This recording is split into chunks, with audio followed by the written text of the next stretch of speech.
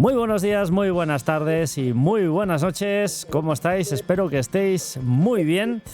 Y hoy, desde luego, prácticamente estamos a día 4 de enero, prácticamente a 6 horas escasas de pasar, de transicionar hacia el 5 de enero, un lunes, por cierto, y en la víspera de Reyes, y con muy buena compañía. Con Jorge. Jorge, ¿cómo estás, amigo? Que nos vas a dar una noticia, porque ya no te llamaremos Jorge. No, sí, Jorge también, pero he adoptado desde hace pocas fechas. En los años he ido cambiando de nombre o nombre artístico, y claro, tú no me conoces a mí. En los años 90 no nos conocíamos, pero yo me hacía llamar en los años 90 Jordi Valls, me hacía llamar Julio Rocamora. He tenido varios seudónimos. Esto la gente que no me conozca hace muchos años no lo sabrá. Y en los últimos meses, a raíz de decidir finalizar, después de 32 años, mi programa El Lado Oscuro, he decidido cambiar un poco, romper un poco esquemas, y utilizando un personaje de una película de ciencia ficción, donde se usaba el tema del superespectro de John Anthony Keel, una película basada en el libro de H.P. Lovecraft. He decidido utilizar el nombre artístico también, el seudónimo, junto a mi nombre, que es Jorge, el nombre de Profesor Pretorius. Primero porque soy profesor de parapsicología, nombrado en el año 97 por Inés Paco Inpa, de Madrid, y bueno, aparte también soy profesor de mecanografía, profesor de seguridad industrial, soy profesor varias veces. Bueno, aparte también formador de prevención de riesgos laborales, pero que no es por lo pongo ahí porque sí, porque me ha apetecido a mí que llamarme profesor, es que soy profesor profesional de varias cosas. Y luego relacionado con esas películas que te digo, donde era un genio, él creía que se podía romper el espacio-tiempo y alcanzar otras dimensiones donde nos estaba esperando unos seres monstruosos para destruirnos. Como el personaje tenía mucha peculiaridad, he decidido adoptar el nombre de ese personaje, de esa película, una película del año 1986, del estilo de las, insisto, de H.P. Lovecraft, de la saga Hellraiser, Los Cenobitas, Wishmaster, Event Horizon, de que hay un universo paralelo al nuestro, donde hay seres esperando para entrar en nuestro universo, como dice incluso la Biblia, que hay un ángel muy poderoso que sostiene las llaves del abismo, reteniendo los demonios más pervertidos del infierno para que llegue hasta el día del fin del mundo. Es decir, un personaje que tiene un nombre poderoso y que no es esto mío, no hay nadie, no hay ningún divulgador que lo utilice, por tanto he decidido colocarme ese cartel nuevo, que me relaciona mucho con el mundo de las dimensiones, de los pasos intermundos, y algo que está muy relacionado con las cosas que yo hago, Artur. Tremendo, profesor Pretorius. Sí, Tremendo. Me va a costar llamarte profesor Pretorius, me costará. Pero bueno, lo voy a intentar, profesor. Bueno. Y si quieres utilizar a Jordi Valls, también encantado, porque insisto que tengo familia en Barcelona y es una tierra que me es muy, muy grata. Y a mí también, a mí también. Evidentemente, como andorrano, que hay una gran relación entre el Principado de Andorra y Barcelona. Profesor, recuérdanos tu dirección de correo electrónico, porque seguro que luego vas a recibir un aluvión de correos electrónicos. Pues si alguien tiene algo interesante que decir, sí, no me importaría atenderle. Como suelo hacer con muchas personas hace años. Y, por cierto, de forma gratuita. Aquí, tanto tú como yo, que eres un buen hombre, tú eres un hombre serio, aparte de creyente. Ya te mereces mi respeto por ser creyente, pero además sé que eres un hombre serio. Por tanto, insisto, no estamos en estos temas para hacernos los bolsillos de oro, como si hacen otros, y además dando información garroña. Damos la mejor información a precio de saldo. 0 euros. 0 euros con 0 IVA. En eso te doy toda la razón, Jorge. Això és veritat. Això és veritat. Pero recuérdame tu correo electrónico. El lado oscuro radio, con 2 L's y 2 O's, el lado oscuro radio, @gmail.com. Pero también, si por alguna razón no pudieran hacernos llegar a este mail, porque se liara a alguien o lo que fuera, pues tiene también lo de Artur Misterios Universales. Recuérdalo y puedes escribirte también a ti. Pues mira, es muy fácil, artur@misteriosuniversales.com. Jorge, 4 de enero, hoy vamos a hablar de muchas cosas, pero, como tú bien sabes, la actualidad manda. Y ayer sucedió algo a nivel mundial muy, pero que muy, muy bestia. Y es que Nicolás Maduro fue detenido. Dame tu punto de vista sobre lo que ha pasado, si te parece bien lo que ha hecho Trump, si está mal, bajo qué régimen vivían los venezolanos, cuál es el futuro. Cuéntame. Pues mira, yo tengo familia, o he tenido familia, porque salieron a escape hace unos años, en Venezuela. El hermano más pequeño de mi abuela, Julia Sánchez Mingo, que fue además era la madre de mi padre, en paz descanse, murió en el año 2000, era una de las personas que más me influenciaron en esta vida para gustarme los fenómenos sobrenaturales. Mi abuela había escuchado de joven muchos programas de radio de estos temas y ya en los últimos años 70, 80 era una devota de Jiménez del Oso, Antonio José Ales. Por tanto, esta mujer, y que había vivido algunos fenómenos sobrenaturales también ella, como la aparición terrible de 3 espectros de 3,30 metros a 3,50 metros de altura, y que lo conté ya aquí en tu programa hace ya un par de años. Por tanto, esta mujer no es una persona que yo hice porque sí, sino porque tuvo una gran influencia en mi vida, aparte de ser una tremenda creyente cristiana, y algo de mi personalidad tiene que ver siempre con nuestros antepasados, ¿verdad?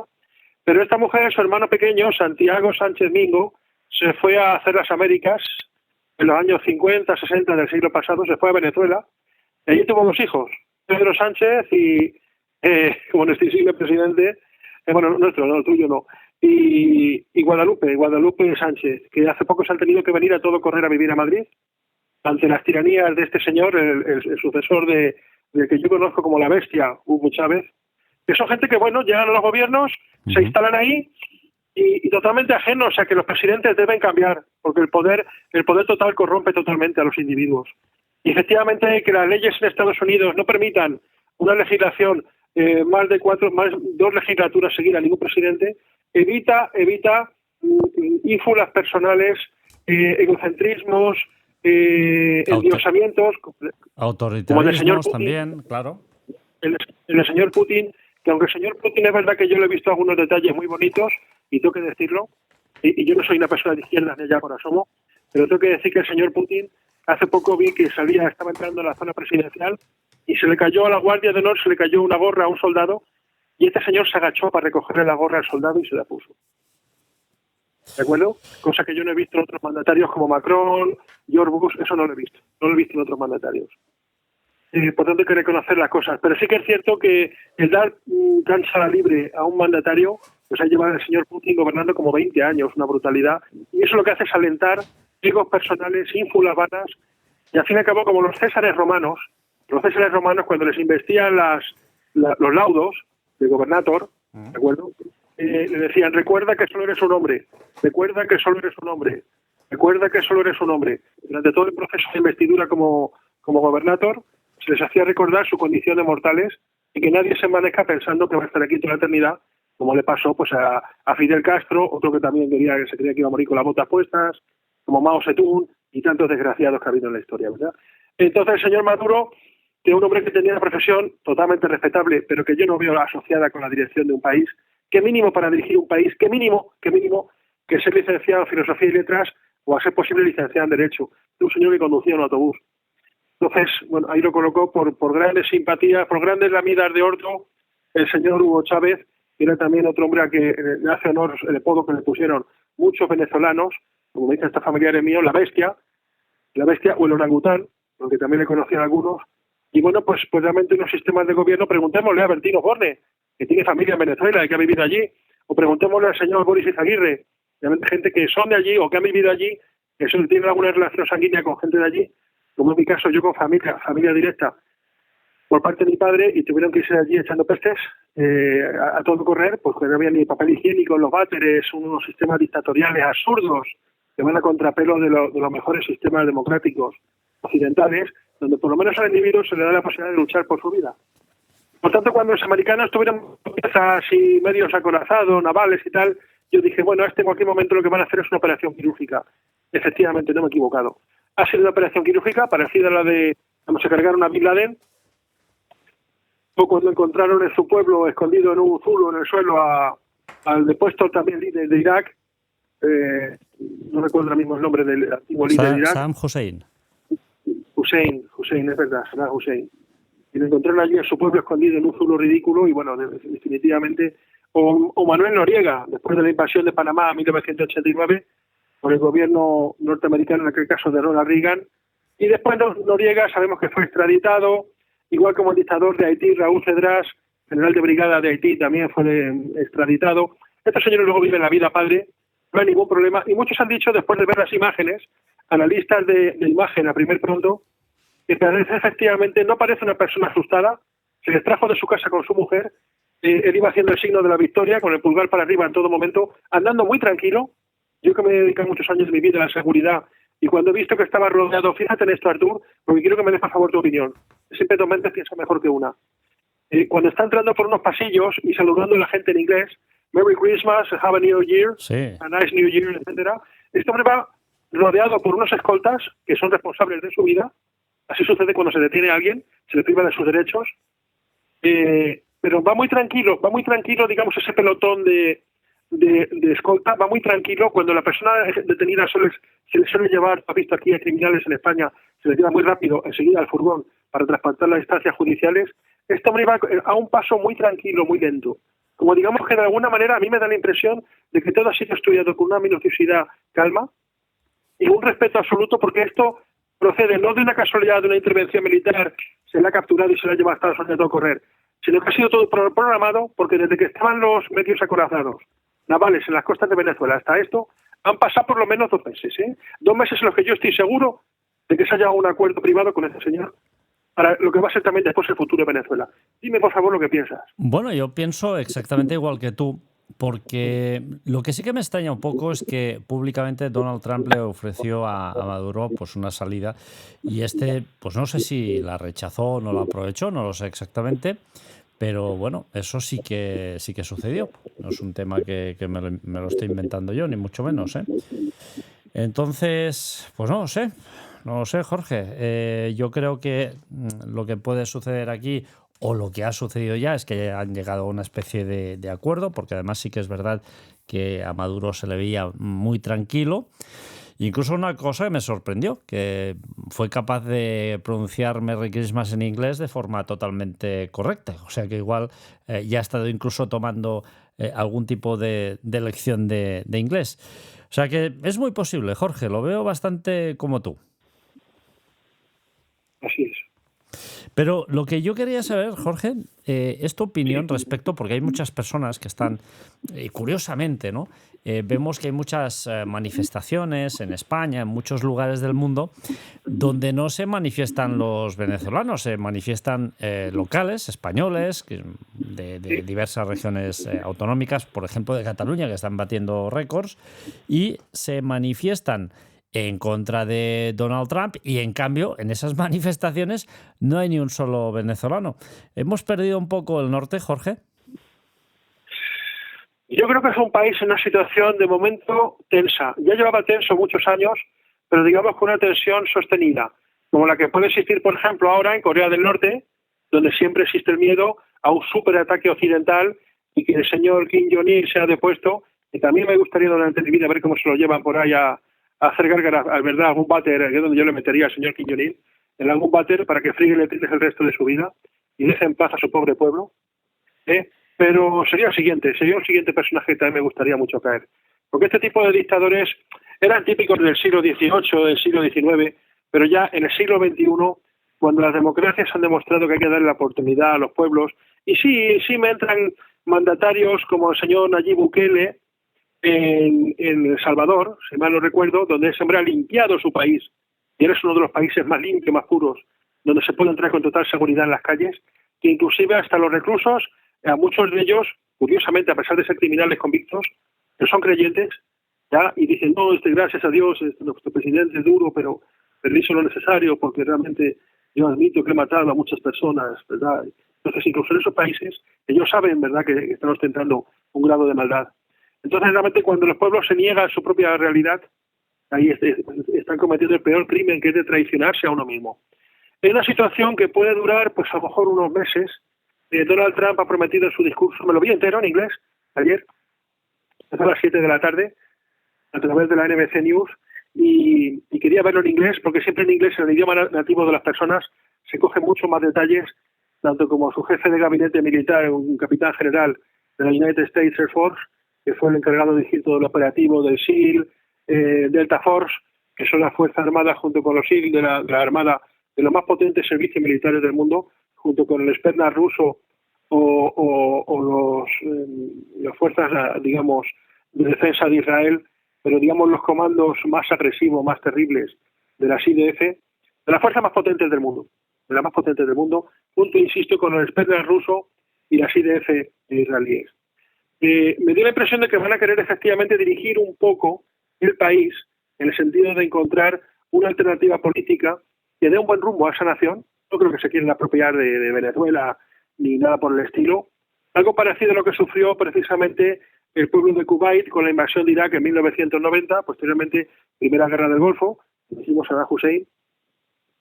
Y definitivamente pues siempre se instruye un poco después a los gobernantes, o en Corea del Sur, en 1952-55, la Guerra de Corea, poco posterior a la Segunda Guerra Mundial, donde definitivamente el país se tuvo que doblar por la mitad, igual que la Alemania del Este y la Alemania del Oeste, la RDA y la RFA. Esto ya la gente joven ni se acordará de esto, porque esto pasó en los años 60, 70, etcétera. Y efectivamente los americanos tutelaron mucho ese proceso de occidentalización y democratización de la República de Corea del Sur, totalmente democrática, unas fuerzas armadas, sobre todo los Republic of Korea Marines, que son totalmente un calco de los marines americanos, trabajan en conjunto en la zona del borderline, la zona de exclusión entre Corea del Norte y Corea del Sur. Y me parece que va a ocurrir algo parecido. Va a haber un tutelaje de Estados Unidos. No me abstengo a pensar que pueden obtener algún tipo de beneficio. Como es lógico, Estados Unidos son la Roma de nuestro tiempo, pero desde luego a partir de ahí se va a abrir un proceso, si no hay injerencia de otras naciones, digamos un golpe vengativo, que no soy capaz de imaginármelo de tanto de la República Popular China, sus socios más activos, como Corea del Norte, como la Unión Soviética o la Rusia de Vladimir Putin. No me imagino una injerencia de Cuba, pero ni mi peor pesadilla, pero sí podría haber a lo mejor algún pero de rusos, chinos, o una fuerza conjunta de Rusia con China y con Corea del Norte, pero creo que se hubiera manifestado ya en estas 48 horas posteriores al enganche de este hombre por operativos militares en una obra totalmente, digamos, relámpago. No, creo que se hubiera manifestado ya los rusos, los chinos, pero siempre digo que doy unas fechas muy concretas, porque hay veces que los golpes políticos pueden ser con efecto retardado. Yo daría una fecha de 30-35 días para una operación militar de naciones, digamos, que quisieran restablecer otra vez este sistema en Venezuela, mayormente por la cuestión del petróleo. No porque Nicolás Maduro sea un líder carismático, como lo fue Muammar el Gaddafi, como lo fue Noriega en Panamá o Raúl Cedrás en Haití. No es un personaje de ese estilo. No es un personaje que merezca la pena salvar políticamente, porque después de su gobierno podría haber muchos segundones que podrían adoptar el mismo papel, inclusive siendo alguien. Hugo Chávez era coronel de las Fuerzas Armadas, pero Nicolás Maduro, lo increíble es que un personaje de la nula formación académica de este señor se haya mantenido en la mente durante más de 10 años en el poder. Con lo cual esto realmente era un acto anunciado. Y muy limpio por parte de las fuerzas militares norteamericanas. Creo que no ha habido particularmente bajas, ha habido alguna destrucción de unidades o de instalaciones militares, aeródromos militares, etcétera, pero con unas repercusiones de bajas en personas que yo sepa mínimas, con una operación de verdad bastante limpia. ¿No se ajusta al derecho internacional? No se ajusta al derecho internacional. Pero señores, es que esto es una acción armada. La guerra es así. La guerra pone fin a las conversaciones diplomáticas.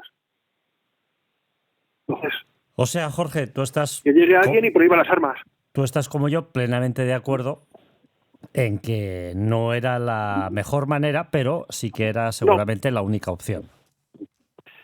Era la única forma de llevar un poco de paz a esa tierra. Cuando llega el cirujano y se reúne con el enfermo, mire, hemos hecho lo imposible, le hemos suministrado antibióticos, pero realmente el daño a nivel celular y a nivel muscular, las paredes de los músculos, el tejido epitelial está muy dañado, ya, o amputamos la pierna o corre usted peligro de morir. Pues coño, prefiero que me quiten la pierna que no acabar en una caja. Esto ha sido lo que ha pasado ayer. Es mejor quitarle una pierna a una persona que meter todo el cuerpo entero en una caja y olvidarse de esa persona porque ha muerto. En este caso, un hombre que no salía ni con agua caliente. De verdad, llega un momento en el cual los gobernantes se enquistan, como quiste, ya, y como todos sabemos, incluso no siendo médicos, hay quistes benignos y quistes malignos. Se veía ya que el régimen de Maduro es un régimen que no tenía que haber llegado a existir nunca, porque tenía que haber muerto con su fundador, que es Hugo Chávez. Igual exactamente qué pasa con ese cadáver político que es Raúl Castro, hermano de Fidel Castro. Ha abierto un poco Occidente, pero sigue insistiendo en los sistemas dictatoriales del siglo XX, que, insisto, van a contrapelo totalmente de la historia. Este tipo de personajes tendrán que ir cayendo, y un siguiente personaje que va a caer un día, quizás de una manera mucho más radical, y yo le doy 5 años de vida, el dirigente despótico de Corea del Norte, Kim Jong-il. Tremendo, Jorge, tremendo cómo está cambiando el mundo, y lo más tremendo también es la forma en cómo está cambiando el mundo, porque estamos viendo que últimamente estamos volviendo a recurrir, a las armas, y eso, pues, de alguna forma es terrible también, es terrible. Jorge, bueno, Sí. después de esta matización, que yo creo que es muy interesante siempre saber la opinión, nuestra opinión también, que no es...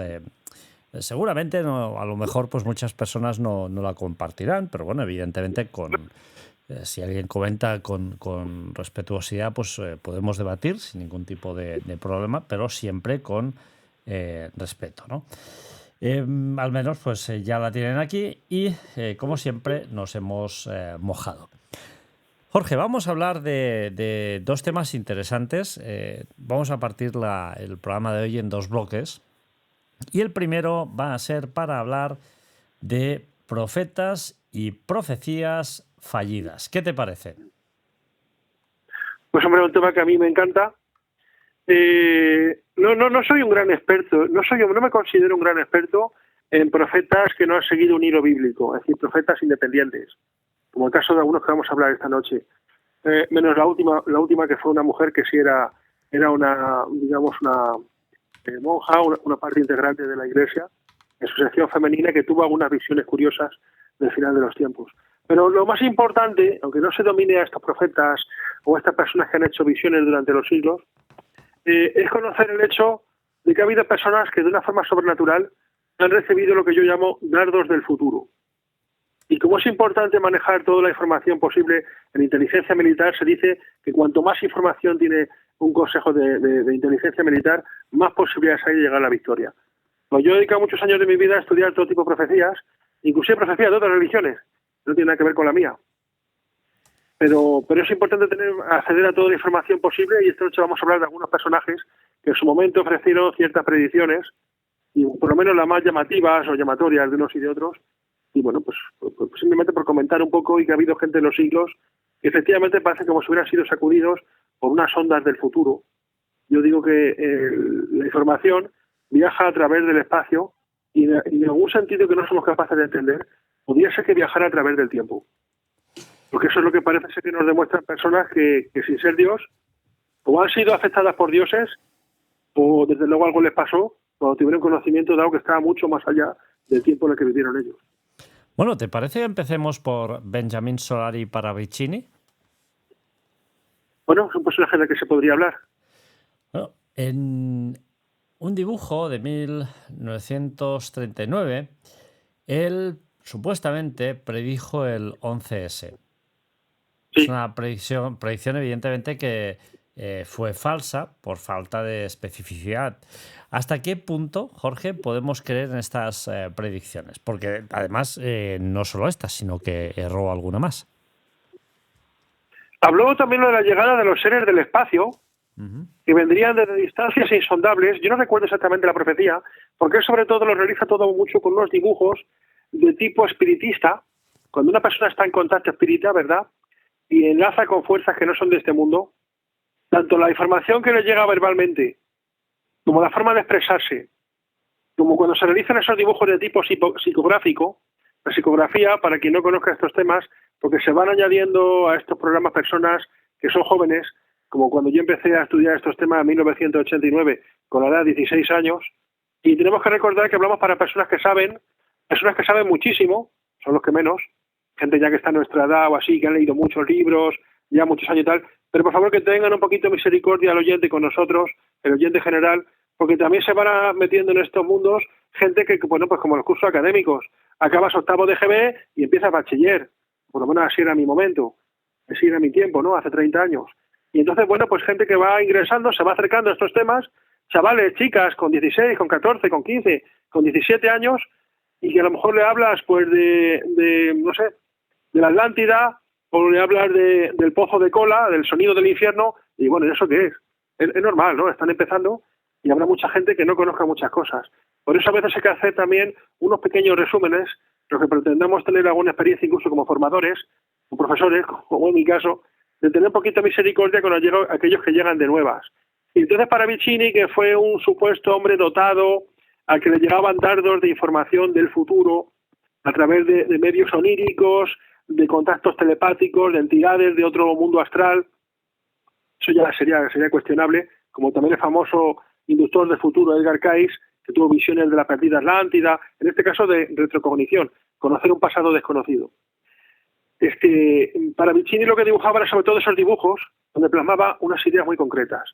Y en hablaba de que en el futuro aparecerían seres que viniendo de insondables distancias en el espacio nos traerían la paz.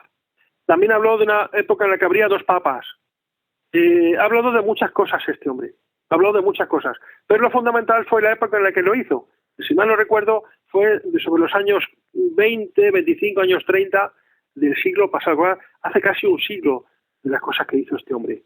Con lo cual, efectivamente, tuvo visiones de un futuro a medio plazo, no es a largo plazo, ya sería varios siglos, a corto plazo sería inmediato, durante el año en curso del que habla el profeta o el vidente, al año siguiente, a medio plazo ya incluye varias décadas, que yo insistiría sería lo que hizo este hombre. Y siendo o no siendo correcta o buena la inspiración de este señor, lo cierto es que sí dejó algunas pautas, como lo de las Torres Gemelas, que es por el impacto visual que generan esos dibujos que él dejó, realizados para mí, desde mi punto de vista, de una forma psicográfica, es decir, en un trazo, una conexión con otra realidad. Luego mucha gente dice, no, pero no se cumplió algunas cosas que decía este hombre, como el tema extraterrestre. Bueno, eso es muy habitual. Las personas que conectan con un supuesto futuro o con una realidad interdimensional se suelen ver a veces involucrados en la controversia. No se sorprende a nadie porque esto es así y ha sido así desde toda la historia. Menos con los profetas bíblicos, en las décadas que llevo estudiando, no he encontrado ningún profeta bíblico, ni Ezequiel, ni Isaías, ni San Juan del Apocalipsis, que hayan cometido un error superior al 1%. Es mi experiencia personal, ¿eh? Tremendo. Jorge, otra profeta con la que yo no tengo demasiada simpatía y no sé, hay muchos divulgadores y generadores de contenido que, pues bueno, que siempre la ponen por las nubes. Baba Vanga. A ver, ¿qué te dice a ti de esta... ¿Qué piensas de esta mujer, de Baba Yaga? O Baba Vanga, como quieras llamarle. Por lo que yo he conocido, de lo poco que también conozco de esta mujer, con un aspecto físico, ¿verdad?, también un poco extraño y un poco particular. Lo que más me llama la atención en este caso, más que lo que dijera el personaje, haciendo algunas supuestas predicciones para el siglo XX, incluso algo para el siglo XXI, pero lo que más me llama la atención de esta persona es como el caso de los curanderos que ha habido en la historia del siglo XX, que era gente como Pachita o C. Arigó. Esto se estudia mucho cuando se estudia parapsicología, porque se tratan los poderes del psiquismo humano, y entre ellos está la curación por intermediación sobrenatural. Insisto, Pachita, C. Arigó, Tony Apagoa, son personajes que se estudian cuando estudias parapsicología, y eran personajes, C.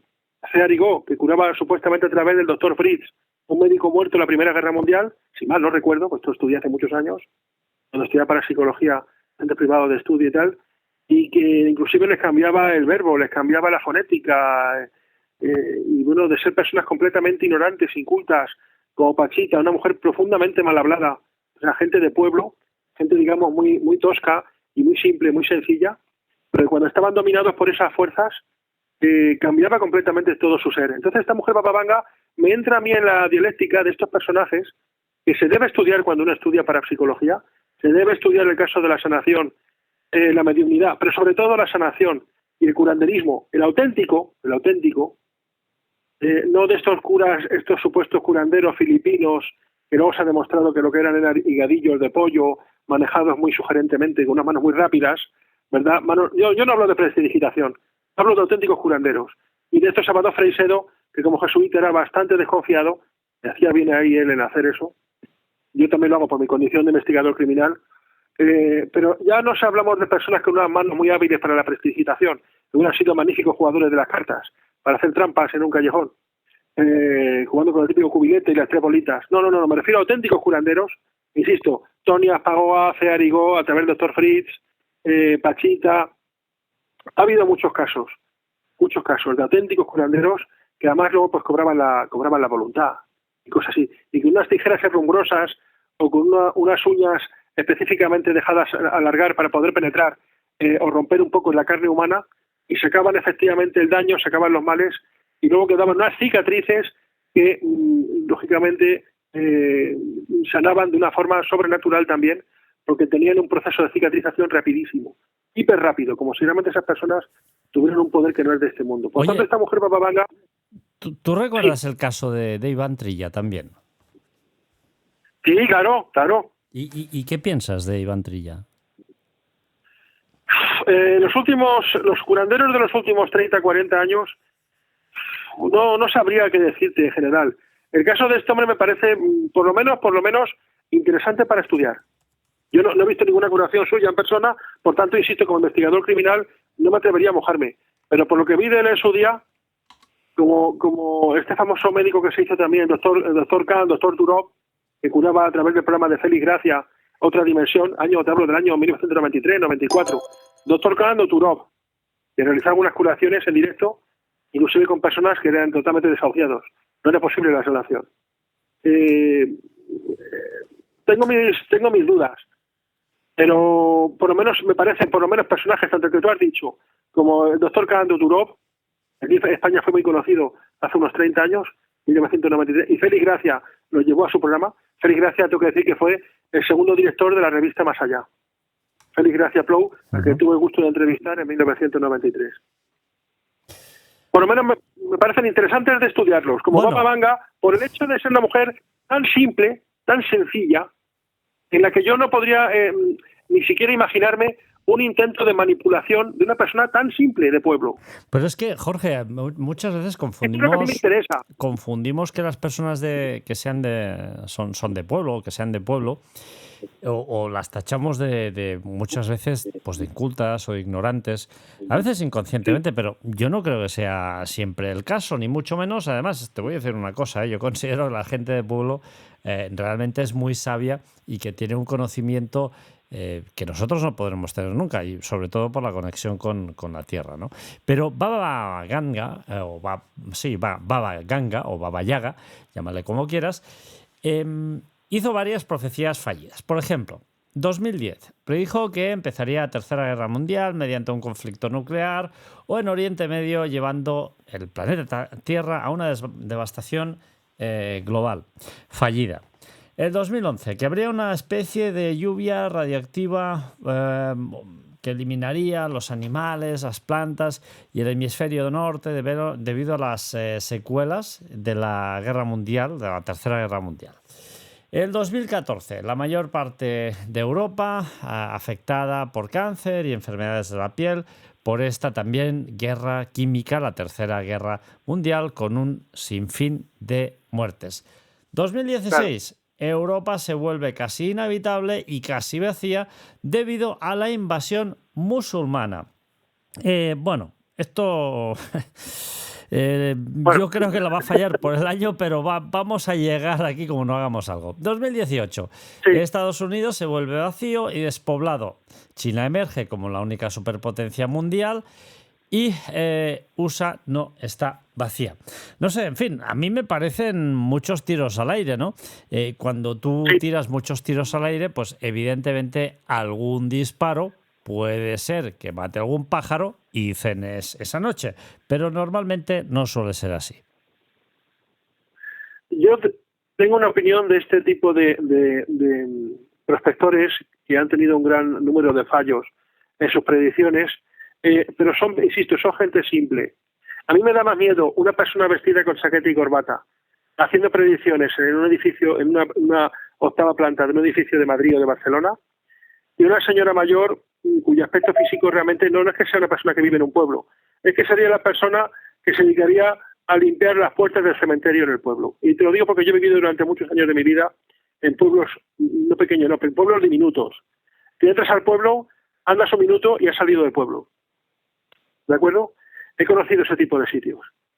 Y la gente que conoces en ese tipo de lugares son la típica gente que sí, que es verdad que no ha estudiado, no tiene un conocimiento académico, pero que, como decía un conocido mío, es gente que sabía de la vida, que tú no les engañabas en un trato a esas personas fácilmente, y tenían un conocimiento, por así decirlo, de la calle, que resultaba espectacular. ¿Cómo se gana la vida esta gente que se dedican prácticamente a moverse con unas cabras por el pueblo y vender su leche? Pero insisto, tú les querías engañar en un trato típico y no les engañabas, pero ni de coña a esas personas. Tenían un tipo de inteligencia natural, silvestre, pero se manejaban pues como esta mujer, o como mucho, bueno, vamos a ver, la mayoría de los apóstoles de Cristo, de los que hoy en día se habla de ellos como San Pedro, San Pablo, San Sebastián, San Jaime, Santo Tomás. Bueno, pues eran gente que uno era contable, pero el otro era un tío que se dedicaba a pescar en un barquito, el otro era un tío que estaba faenando en el campo con su hermano. Es decir, no eran doctores en filosofía y letras, no eran gente curtida como Platón, como Aristarco de Samos, como Demócrito de Abdera. ¿Qué va? Era gente de lo más simple que... Por eso digo que a mí esas personas que en un momento dado irrumpen en nuestro conocimiento y le dicen, no, es que yo he recibido información, señales del futuro, aunque se equivoquen. Hay una cosa que hay que decir desde el punto de vista parapsicológico. El medium, el vidente, lo que muchas veces canaliza es por la onda vital en la que se dirige una determinada sociedad o un determinado planeta. Es decir, ¿por qué los miembros de la misión Rama estaban convencidos en 1977 de que era inminente la Tercera Guerra Mundial, la hecatombe nuclear, y por tanto que va a ser inminente la segunda venida de Cristo, desde el punto de vista de ellos, en una nave espacial? Pero además coincide el grupo religioso Testigos de Jehová, a quien yo conozco también como Testigos de Yahvé, estaban convencidos de que el fin del mundo, y tengo publicidad al respecto de Atalaya y Despertar de ellos, de aquella época, se iba a dar en 1978. Y conservo las publicaciones de ellos, donde animaban a los jóvenes, joven, no estudies ninguna carrera, porque para los próximos años este mundo habrá llegado a su fin o estará totalmente, el mundo de cosas de Satán. Exacto. Hay más predicciones fallidas que luego te voy a explicar algunas, que yo de esto tengo una experiencia, porque yo he estado bastantes años ahí. Yo también conocí, me dedico, y de hecho aprendí a estudiar la Biblia entre 1985 y 1987 con un anciano de los Testigos de Jehová. Pero tengo amigos Testigos de Jehová. Pero insisto, ¿quién les proporcionó a estos señores la información de que 1978 podía ser un año? Misión Rama hablaba 1979-1981. Lo que ninguno de ellos se imaginaba, ni los Testigos de Jehová ni la gente de la Misión Rama de Contacto Extraterrestre fundada por Sisto Paz, es que en 1983 el reloj del fin del mundo estuvo marcando una manecilla antes, o sea, un minuto antes de la medianoche, que hubiera significado la declaración de la Tercera Guerra Mundial, en aquel caso entonces por la Guerra Fría, Mikhail Gorbachev en la Unión Soviética y Ronald Reagan en los Estados Unidos, que nos hubiera llevado al filo del holocausto nuclear. ¿Cómo podían saber esas personas? Porque lo de la guerra, la crisis de los misiles cubanos fue bastantes lustros antes, de 1978 y de 1983. Es decir, el miedo a la hecatombe nuclear y la Tercera Guerra Mundial existió desde 1945 hasta 1989. ¿Por qué en 1978? ¿Por qué en 1983? Y yo me atrevo a afirmar por mi formación en parapsicología. Porque los videntes, y los hay a nivel particular, como estas personas de las que hemos hablado, y los hay a nivel grupal, religiones, grupos de contacto, OVNI, etcétera, lo que enlazan es, y de esto algo sé porque hace años que soy profesor de comunicaciones de radio, lo que llaman emisión Rama una antena. La antena es el señor que se comunica con el otro lado. Y en la antigüedad eran los chamanes. ¿Ya? Y para llegar a ese grado de chamanismo, ¿qué tenían que hacer? Irse a lugares ocultos, meterse debajo de una piedra, como las cuevas de Randa en Mallorca, ¿de acuerdo? Que conoce perfectamente el gran místico Ramón Llurio, o Raimundo Llull, que da nombre a la Universidad, por cierto, de Mallorca. Gente como San Juan, en la isla de Patmos, retirado a unas rocas, donde estás en contacto con esas 4 grandes fuerzas primigenias de la naturaleza: la tierra, el viento, el fuego y el agua. Y ahí es cuando podías entrar en contacto, elevar tu antena y recibir energía vital del planeta. Y la energía vital lleva un camino que se puede mover porque el futuro, como dice el maestro Yoda en la Guerra de las Galaxias, siempre en movimiento está el futuro. Depende de muchos cauces, de muchos afluentes. Jorge, pero hay un destino vital. Esto que acabas de decir es tremendo, porque yo siempre lo menciono en muchas ocasiones. Yo tengo varios lugares que para mí son pues eso, de poder, ¿no? Montserrat, en Barcelona. Claro. Montserrat. No, pero luego cada uno tiene los suyos personales, porque a lo mejor tú Claro. llegas a un lugar y no sientes absolutamente ningún tipo de conexión, y yo llego ahí y se me enchufa una antena brutal, ¿no? Y a mí esto me sucede en varios lugares, ¿no? De pequeño había un lugar al cual yo solía acudir y ahora está completamente edificado. Es una pena porque aquí en mi país pues la especulación inmobiliaria está muy al día. Pero ahí, en ese lugar, yo no sé por qué, pero tocaba una zona, estaba allí y me transportaba literalmente, seguramente a otro plano, a lo mejor eran imaginaciones mías, ¿no? Y hay otro lugar en Andorra que yo no voy a decir, por supuesto, porque es un lugar que me guardo para mí, en el cual voy, me siento encima de una piedra y, bueno, ahí me pegan unas castañas. Es como si de repente entraras en otra especie de dimensión y se te abrieran una serie de conocimientos y de pensamientos que en muchas ocasiones, Jorge, cuando bajo de esa piedra no soy capaz de volver a recordar. O sea, es como que estás alcanzando un sueño, lo ves, lo tocas, lo palpas, pero no lo puedes traer hacia ti, ¿no? Es algo tremendo, ¿no? Y esto me sucede en estos dos lugares, ¿no? Tremendo, Jorge. Otro profeta. Un día, perdóname, Artur. Sí. Dame 15 segundos, te lo suplico. Por favor. Un día deberíamos hacer un programa, bien no fuera ahora mismo, sea dentro de unos meses o cuando fuera, con dos personas que creo que también, o bien tú con ellos, o bien yo podría participar de alguna manera, como copartícipe, sería para mí un honor, tanto con el señor Santiago Reurer, al que quiero mandar un saludo, y que es un hombre que conoce el mundo del ocultismo y de las religiones arcanas. He tenido oportunidad de charlar con él a través del móvil de mi pareja, porque yo para el mundo de los móviles, ¿cómo es posible que un profesor de comunicaciones de radio, técnico de sistemas microinformáticos, operador de rayos X, use un teléfono móvil de 30 euros? Pues mi señor, porque hay un refrán castellano que dice que en casa de herrero cuchillo de palo. Eso te pregunto yo cada 2 por 3, Jorge. En fin. En casa de herrero cuchillo de palo. Bueno, pero muy de palo, Jorge, muy de palo. De hueso. Esto me parece terrible, Sí, Jorge. señor. Lo tuyo con la telefonía móvil y la tecnología me parece terrible. Pero bueno, ahí lo voy a dejar. A ver, vamos a... Y con el señor Pollato, que tú lo conoces, creo que has estado en su casa hace poco en Mallorca o algo así, que ha escrito varios libros sobre el tema del nazismo, sobre el tema de Montecasino. El señor Botalla, Felipe Botalla. Botalla, perdón. Señor Botalla, Como que te tiene unos escucho llamarle conocimientos sobre la pollato Segunda a Guerra Botalla... Mundial. Sí, pues es que conocí yo a un hermano Pollato, un señor, y me he confundido con esto. Pues Pero de una persona que lo que dijo de Montecasino y de las grandes fuerzas que se libraron en el asalto de Montecasino en la Segunda Guerra Mundial, me parecieron, pero me dejó este hombre extasiado completamente, ¿eh? Desde luego, es tremendo lo que sucedió en Montecasino. De hecho, él llama su libro lo ignoraba Montecasino, totalmente. Ritual de Sangre. Lo ignoraba. Abiertamente lo reconozco, que conozco la Segunda Guerra Mundial. Sé que, por ejemplo, cuando Adolf Hitler se dirigía hacia Moscú y estaba Moscú a tiro de piedra, dice, no, vámonos a Stalingrado. ¿Y pero por qué? ¿A Stalingrado para qué? ¿Para ofender el pueblo natal de Joseph Stalin? No, estaban convencidos, las SS estaban convencidas de que cuando el príncipe Lucifer cayó de los cielos hace 6.000 años, al principio de las 2 guerras celestiales que hubo, porque hubo 2, la primera que hubo, que él fue arrojado de los cielos, lo arrojaron más allá del muro, a Lucifer se le cae la gema de la corona, y esto es lo que luego se persiguió como la gran piedra filosofal, y que ellos estaban obsesionados con los objetos de poder, y este tío estaba convencido, Adolfo Hitler, de que podía ganar la guerra si se rodeaba de objetos de este tipo.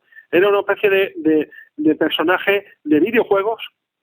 Es como cuando vas en los videojuegos y tienes que ir consiguiendo energía, la gema del dragón, tal. Iba buscando ese tipo de gilipolleces porque él estaba convencido de que con ello gobernaría, y todo como el emperador en el retorno del Jedi, por la fuerza de la voluntad. Pero Jorge, esto te demuestra una vez más que las, podríamos decir, altas sociedades, los grandes poderes y algunas personas continúan adorando al maligno. Y no solo eso, sino que incluso van tras la pista de donde él estuvo, porque seguramente piensen que hallar ciertos elementos o ciertos lugares les vaya a otorgar ciertos poderes por decirlo de alguna manera, bastante oscuros. Y esto es así, Jorge, porque hay muchas... hoy en día hay muchas personas que continúan vistiéndose y haciendo rituales que nos parecerían de otro siglo, pero que realmente continúan sucediendo. Hoy en día, Jorge, Bueno, aún hoy en día se compran restos humanos de personas que desviven. hace polvo de muerto. Exactamente, desviven, y algunas de ellas las desviven por encargo para realizar ciertos ungüentos y ciertos rituales. O sea, esto es así. Y en Bohemian Grove se siguen realizando esos rituales protegidos por seguridad privada en Estados Unidos. Me parece algo tremendo, sí. Incluso muchos de estos rituales que están vinculados con temas de una alta carga sexual y un alto componente, pues también que relaciona pues criaturas bastante jóvenes. Tiene que, no te olvides que a nivel, y como ocultista, que es lo que yo más soy, tiene que haber derramamiento de las dos únicas sustancias que hay en el cuerpo humano que son sagradas, que son la sangre y el semen. Y tú como antiguo militante de los Testigos de Jehová y conocedor de esa religión, como también yo lo soy, sabes que precisamente qué se advierte en el Antiguo Testamento con respecto a ingerir sangre. Pues, claro, pues las dos cosas. Esto está en el Antiguo Testamento y evidentemente cuando hay una escena muy conocida en la Biblia en la cual también se derrama semen y genera un problema. O sea que sí, son las dos sustancias que son vamos, podríamos decir, sagradas. Sí, así es, la sangre y el semen. Por eso cuando estos grupos negros tienen que llamar a la gente del otro lado, la gente del otro lado puede venir. Pero como se indica en la película The Devil Rides Out, de 1968, protagonizada por el insigne actor y ocultista en la vida real, Christopher Lee, donde él interpretaba a un ocultista, un parapsicólogo que quería salvar a un amigo de haber caído en las ramas, en las redes de un grupo de adoradores filoluciferianos en Inglaterra, precisamente dice, cuando se llama al ángel de la muerte, que precisamente es uno de los 4 ángeles que está adornando el camarín interior del Valle de los Caídos en Madrid, el ángel Azrael, el ángel de la muerte, que fue el que dirigió el comando exterminador de los primogénitos en Egipto en el siglo XIII-XV a.C., en la época de Moisés, y por las mismas épocas o parecidas, la destrucción de Sodoma y Gomorra. Ese fue el comando exterminador dirigido por el ángel Azrael, el ángel de la muerte. Y nos dice en la película The Devil Rides Out, la novia del diablo, cuando se invoca al ángel de la muerte, cuando invocas a alguien de más allá, tienes que pagarle su tributo. Porque no olvidemos que estamos moviendo diferentes mundos. Claro, es que tú cuando haces o invocas a según qué o a según quién, esto no sale hay que pagar gratis. el precio. Claro, tú cuando llamas a un taxi, hay esa bajada de bandera, ¿no? Pues aquí sucede un poco lo mismo. Y realmente... Y cuando en Grecia, y ahora se va a estrenar una película otra vez, La Odisea de Ulises, cuando baja Ulises al inframundo para visitar a su madre, tiene que pagarle a Caronte con unas monedas de plata para que le lleve a través del río Estigia al más allá. Caronte, que es la unión entre los dos mundos, el de los vivos y el de los muertos, con su arca. Jorge, vamos con otro profeta fallido que desde luego tú conoces muy bien también y que es muy ambiguo siempre, ¿no? Es decir, cuando leemos una profecía de este buen hombre, podemos prácticamente interpretar lo que nos dé la gana y prácticamente tenemos barra libre, ¿no? Porque son tan ambiguas que desde luego dejan mucho que desear. Nostradamus y sus famosas cuartetas. Cuartetas y profecías que son prácticamente ajustables a cualquier evento pasado y futuro. Sí, Michel de Notre Dame, efectivamente. Sí, señor. Una de las más... Siglo XVI, XVII, si mal no recuerdo, en Francia. 1503 a 1566. Una de sus más famosas fue aquella donde él predice que del cielo vendrá un gran rey del terror, el rey de Angulmois. Y esto evidentemente se interpreta como el fin del mundo y tenía que suceder en julio de 1999. Oye, estamos en enero de 2026. ¿Cómo estás, Jorge? ¿Qué tal? ¿Cómo ha ido desde la destrucción del mundo de 1999? Es curioso porque las fechas que él anuncia, 1999, ¿qué sucedió 4 años antes de 1999? Pues no lo sé, sucedieron muchas cosas. Cuéntame tú. La guerra de los Balcanes. Ostras, es verdad, es verdad. Y 4 años más tarde de 1999, o 3 años más tarde, ¿qué sucedió? En 2003, pues no recuerdo. Pues tenemos justamente la invasión final de Irak, la intervención en Afganistán, como repercusión a la caída de las Torres Gemelas. Sí, de 2001. Y según dijo George Bush hijo, una guerra mundial asimétrica. Ahí fue cuando se concibió el concepto de la guerra asimétrica, es decir, no hay unas tropas sobre un tablero como cuando Napoleón le declara la guerra a Wellington o se invade España en 1808, 1814, sino que la guerra asimétrica. Se produce el hecho de una guerra donde no hay un enemigo claro, el enemigo existe, pero realiza golpes tácticos, escondiéndose, subiéndose a aviones, metiéndose de repente una persona en unos váteres con 50 kilos de goma 2 y haciéndose estallar, asalto en este caso, convoyes que van, pues, tanto de gente paramilitar, fuerzas como Blackwaters o Executive Outcomes, que son grupos, o eran grupos, ya no, Executive Outcomes ya no existe, y Blackwater ahora tiene otro nombre, pero grupos mercenarios, o sea, fuerzas militares privadas, esto está casi reconocido por casi todas las naciones occidentales, sino también convoyes militares, US Marine, reconocimiento, gente de los Rangers, del ejército de tierra americano, Comando SEAL de la Armada Americana, o grupos de los Royal Marines británicos, los Spetsnaz rusos, y bueno, pues va un convoy tranquilamente, de repente un montón de señores montados en camello se llegan hasta el convoy, lo hacen parar y estallan, ¿no?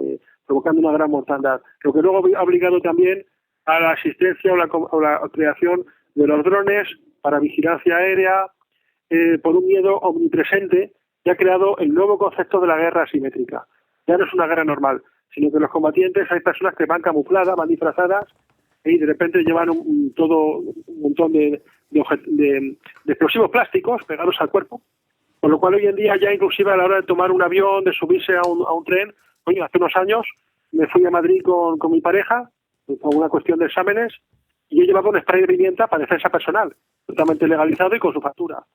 Y allí en los servicios de seguridad privada me pasaron, que yo también soy operador de rayos X, y bueno, pues me detectaron el spray de pimienta, insisto, totalmente legalizado, certificado, con su factura en mi cartera. No, pero no lo puede usted llevar porque yo no sé lo que va a hacer usted con esto. Le enseñé cierta documentación al tipo que estaba a cargo de la seguridad privada, y digo, mira, soy esto. Y dice, sí, yo sé que no vas a hacer nada, pero no te puedo dejar que lo subas. Y tuve que dejarlo allí, y ya cuando volvimos de Madrid, a los pocos días, pues lo dejaron allí en una caseta a mi nombre, y me lo volví a llevar otra vez. Pero ya incluso únicamente para subir a un taxi, solamente para subir a un taxi o un autobús, hay, digamos, unas normas de seguridad menos férreas. Pero hoy en día coger un tren, coger un avión, y esto lo sabes tú que viaja mucho, vamos, no te dejas subir ni un lapicero, porque me dijeron hace años que con un lapicero, sacada suficiente punta, puedes matar a alguien clavándose en el cuello. Exactamente. Estamos en Y una esto sociedad... ocurrió a partir de las Torres Gemelas en el año 2001. Sí, Así que, sí. aunque Nostradamus fallara un poco con esto, y recuerdo una profecía inquietante para mí, de las muchas que dijo este señor, pero una que sí me dejó muy inquietado, que habría un personaje en el futuro que sería un gran mal para la humanidad y que llevaría una araña en el brazo. ¿Y quién es este señor? A ver, pues ¿quién ha llevado una araña en el brazo durante el siglo XX? Pues no lo sé, mucha gente. Una araña en el brazo de color negro, con un redondel blanco y una escarapela roja, el único que yo sepa que lo ha llevado un tal Adolfo Hitler. Tremendo. Esto no lo sabía, siempre me sorprendes con nuevos datos. Otra de las profecías fallidas es Vuelvo que... a repetirte, déjame 20 segundos, te lo suplico. Por favor, Jorge. Que se queden nuestros oyentes, por favor, como insisto, como profesor que soy, yo sé que soy muy pesado, pero es que cada uno tiene que retribuirse lo que conoce en su vida. El mecánico te dice que tengas limpio el coche, ¿verdad? Ten siempre limpio el coche, manténlo limpio. El dentista, lávate los dientes después de comer. Bueno, yo también soy muy pesado. Yo le digo a la gente, y por favor que se queden con esta noción, de este programa. Si se quedan con esa noción, para mí han sacado un 10 en el examen. El vidente, el precognitor de hechos futuros, lo que hace es, con sus antenas mentales, de manera sobrenatural, o de manera natural, porque tiene el don del medium, enlaza con la energía vital del planeta en el momento en el que está radiando. Y como dice el maestro Yoda, personaje de ficción en la película El Imperio Contraataca, siempre en movimiento está el futuro.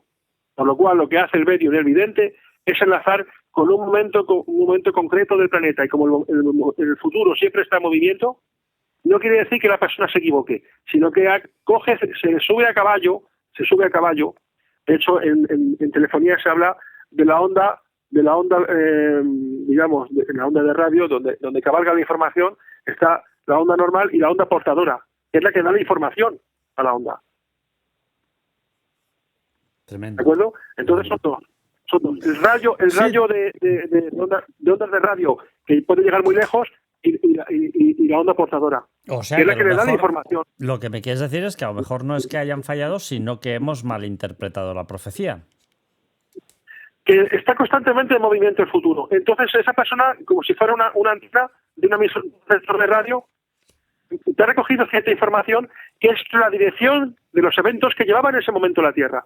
Pero llega el momento Nicolás Maduro, por ejemplo, ahora, y coge y dice, coño, no, yo no quiero seguir adelante con esto. Y coge el hombre y se muerde la lengua y se suicida.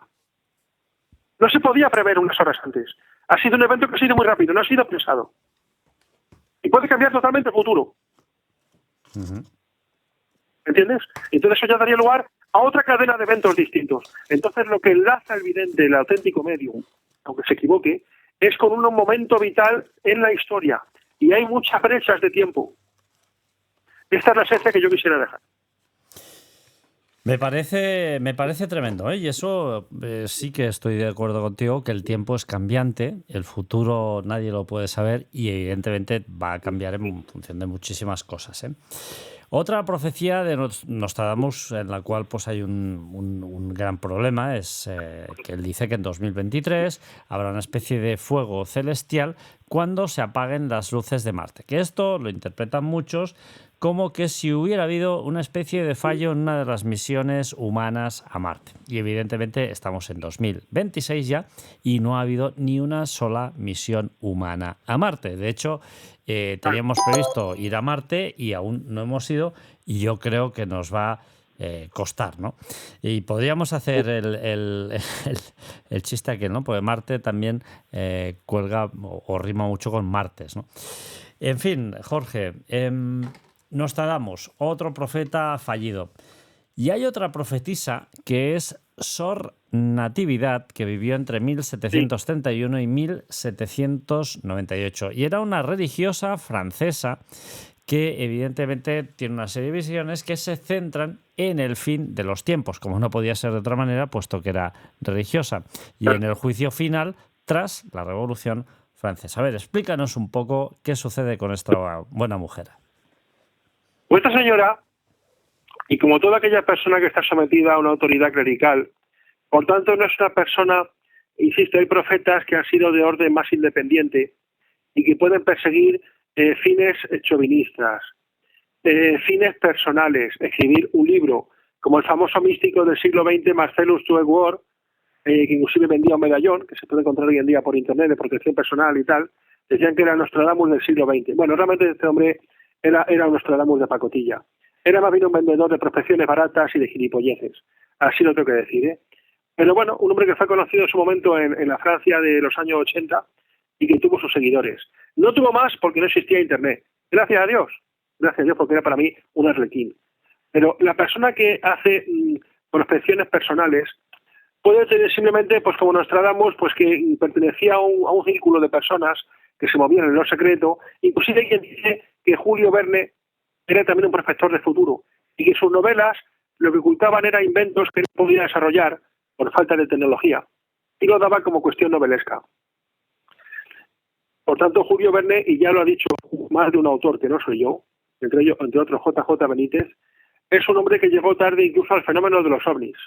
Llegó tarde, aunque era un tema que yo sé que le hubiera encantado. Nos habló de muchas cosas que no se pudieron desarrollar en su tiempo por falta de tecnología. Pero en el caso de Sor Natividad, es una mujer que al estar sometida o una obediencia religiosa, a la persona que realmente tiene un grado de fe elevado y esa fe es pura, puede recibir información de futuro directamente, ya no por entrar en contacto su antena como vidente, como medium, con las energías del planeta, sino con la energía del propio Dios o el Logos, el Cristo. Porque inclusive lo digo yo, no, lo dice la Biblia. Dice que en aquellos días, cuando la Biblia habla de aquellos días, se refiere a los días inminentes a la segunda venida, al fin del mundo, vuestros niños y vuestros ancianos tendrán visiones. Por lo cual ya no es una opinión de una persona particular que se puede equivocar, sino que es una autoridad que se está delegando por cuestión religiosa. La Biblia, que es palabra de Dios, así yo lo creo, indica en un determinado capítulo y versículo de cuyo nombre no quiero acordarme, en aquellos días vuestros niños y vuestros ancianos tendrán visiones. Y es así. Está habiendo gente que por tener una obediencia religiosa están recibiendo información, pero no ya de la casa del planeta, no esos rayos de fuerza del planeta, que pueden ser o pueden no ser, y que son variables, porque el tiempo desde las escalas humanas es variable, sino ya una cuestión de predicción a muy largo plazo, y esto solamente la puede hacer seres divinos. Solamente tienen control sobre el futuro a largo plazo seres celestiales.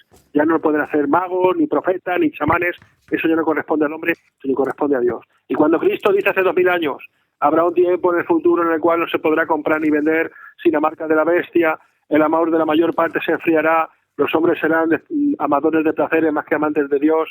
Todo eso no era una opinión que diera, estaba entroncando con el futuro porque puede, porque es el propio Dios el que alimenta esa enseñanza. ¿De acuerdo? Tremendo. La enseñanza bíblica es enseñanza de verdad. O sea, Dios no puede mentir. Claro, si uno toma, por ejemplo, la Biblia, en la cual hay muchas profecías, tenemos un buen ejemplo ahí con los testigos de Jehová, que han errado muchas de estas profecías, ¿no? Y por lo tanto, vemos que hay sesgos o que hay problemas de interpretación, ¿no? 1914, ¿qué es lo que ocurre? Pues que evidentemente dicen que puede haber el fin del mundo y ahí no pasa absolutamente nada, ¿no? En 1925, pues que habría una resurrección de los antiguos patriarcas como Abraham, Isaac, Jacob, pero en fin, esto se concluyó en una mansión en San Diego, ¿eh? Cierto. Claro, y no iba a ser el hogar de los patriarcas, Bet Sarim. Exacto, de Tsarim, ¿no? Claro, es que esto es tremendo, tremendo. Y en 1975, ¿vale? Que es un año en el cual hay mucha expectación, pues resulta que se espera la venida del Mesías, ¿no? Claro, esto además implica cuestiones, algunas de ellas surrealistas, que yo las sé. Yo he podido escuchar a testigos de Jehová decir que, ostras, pues no pasa nada, oye, no, aunque deba 200 millones de pesetas o 300, no pasa nada, porque como va a venir Armagedón y me va a limpiar de todas las deudas, pues no hay problema. En fin, Jorge, ¿cómo ves tú esto?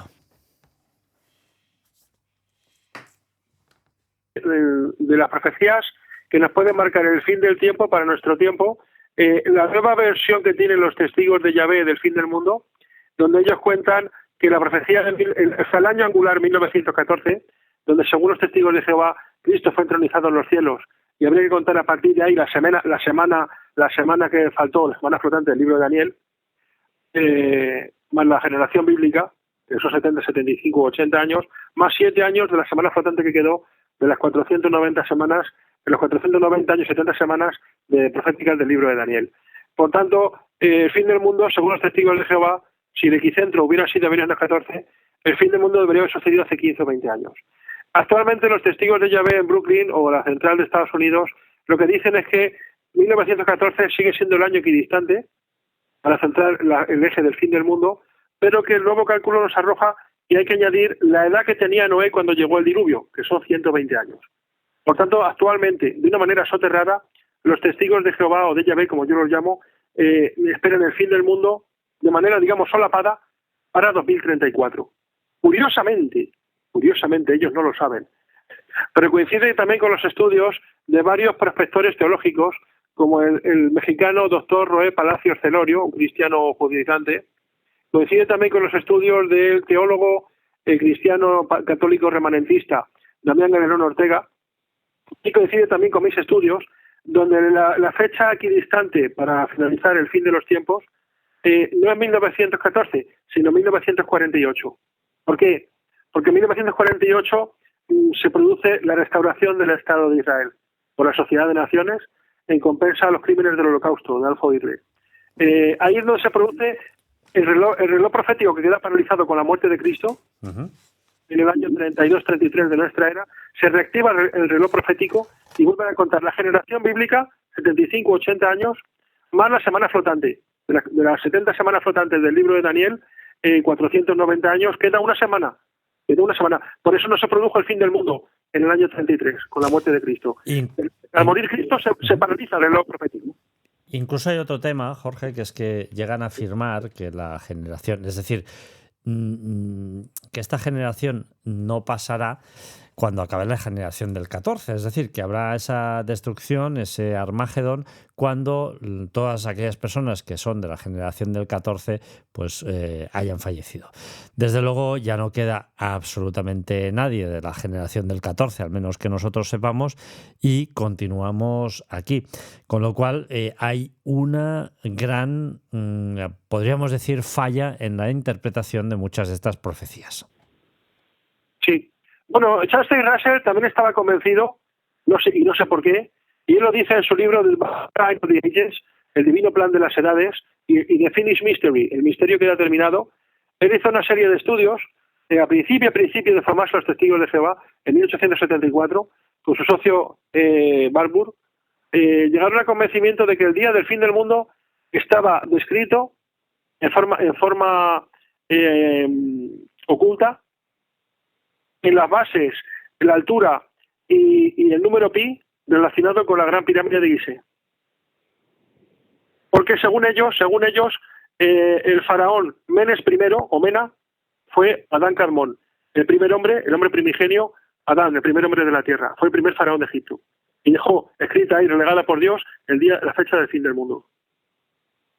Y curiosamente, Jorge, Charles Taze Russell tenía una pirámide, un símbolo triangular en su tumba con un ojo en medio, o sea, un símbolo completamente masónico. A mí me parece algo alucinante que llegaran a esta conclusión. Vamos, a mí al menos, ¿eh? Pero bueno, son cuestiones que a veces pues no tienes o no puedes encontrar ningún tipo de explicación, ¿no? Entonces, bueno, son natividad, esta mujer lo que tuvo es unas visiones o tuvo unas sensaciones en las cuales, insisto, como fiel religiosa, se le hizo entender la siguiente información, que el fin del mundo, el fin de los tiempos, no era algo, le dijeron en esta visión o este trance medínico que ella sufrió, no era algo que hubiera de esperarse siglos en el futuro, sino que era comparable cuando se observa un reloj, dice ella, en estas visiones que ella sufre, comparable a un reloj que está a punto de tocar las 12 de la medianoche. Volvemos como reloj del fin del mundo dirigido por científicos y que si tocara el fin del mundo hubiera señalado la guerra nuclear. Concretamente se estuvo muy cerca en 1983. Esa natividad lo que entiende en esa visión es que cuando se habla del fin del mundo se debe hablar solamente unos pocos minutos antes de la medianoche.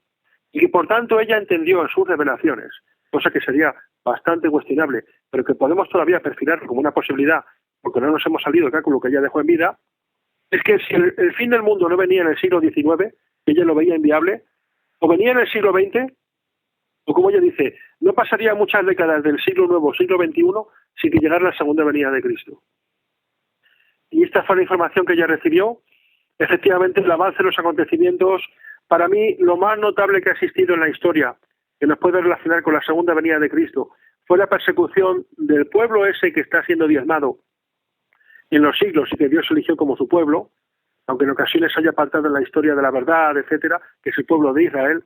Hoy en día se habla, tú lo sabes, de la Israel espiritual, que es el pueblo que se salva de ese nuevo diluvio, que es el fin de los tiempos, el juicio final, y que en esa nueva arca, que son las congregaciones cristianas que se mantienen puras, atraviesa el mare magnum del final de los tiempos y llega al nuevo mundo, al mundo futuro, al paraíso prometido, al milenio de restauración paradisíaca, que es en el que creemos más o menos todas las confesiones cristianas, cada una con nuestras diferentes disquisiciones. O también conocido como el tiempo de los gentiles. Sí. Entonces yo lo de esa natividad no lo descarto, primero por ser una fiel cristiana, Dios puede manifestarse más puramente a una persona creyente, aunque tenga defectos esa persona, aunque haya cometido pecados, pero es creyente. Es creyente. Que es una persona que inclusive pues comerciaba con nigromantes, como el caso de Nostradamus, que tenía algunas creencias no demasiado, digamos, no demasiado puras desde un punto de vista de un referente bíblico, y que se involucraban inclusive con la nigromancia, con el contacto con los muertos, con oráculos, y que esto Dios no lo quiere. Y siempre ha despreciado Dios toda la persona que se quiere acercar a él a través de estas fórmulas. Dios sabemos que no lo aprueba. Y los mismos apóstoles tuvieron un combate físico con Simón el mago, de ahí viene el concepto de simonía, algo de que el cristiano perfecto debe apartarse, y que se hizo unos juegos de poder, Simón el mago, pero uno de los apóstoles que estaba frente a él le hizo levitar y que cayera rompiéndose la pierna, demostrando siempre que el poder de Dios es superior al de cualquier mago. Desde Por tanto, luego, tenemos un futuro interesante. pero Jorge, la pregunta para mí es Sí. quién, aparte de Dios, ¿no? Cuando hablamos de profetas que no son cristianos, ¿quién, según estas personas, les entrega este conocimiento?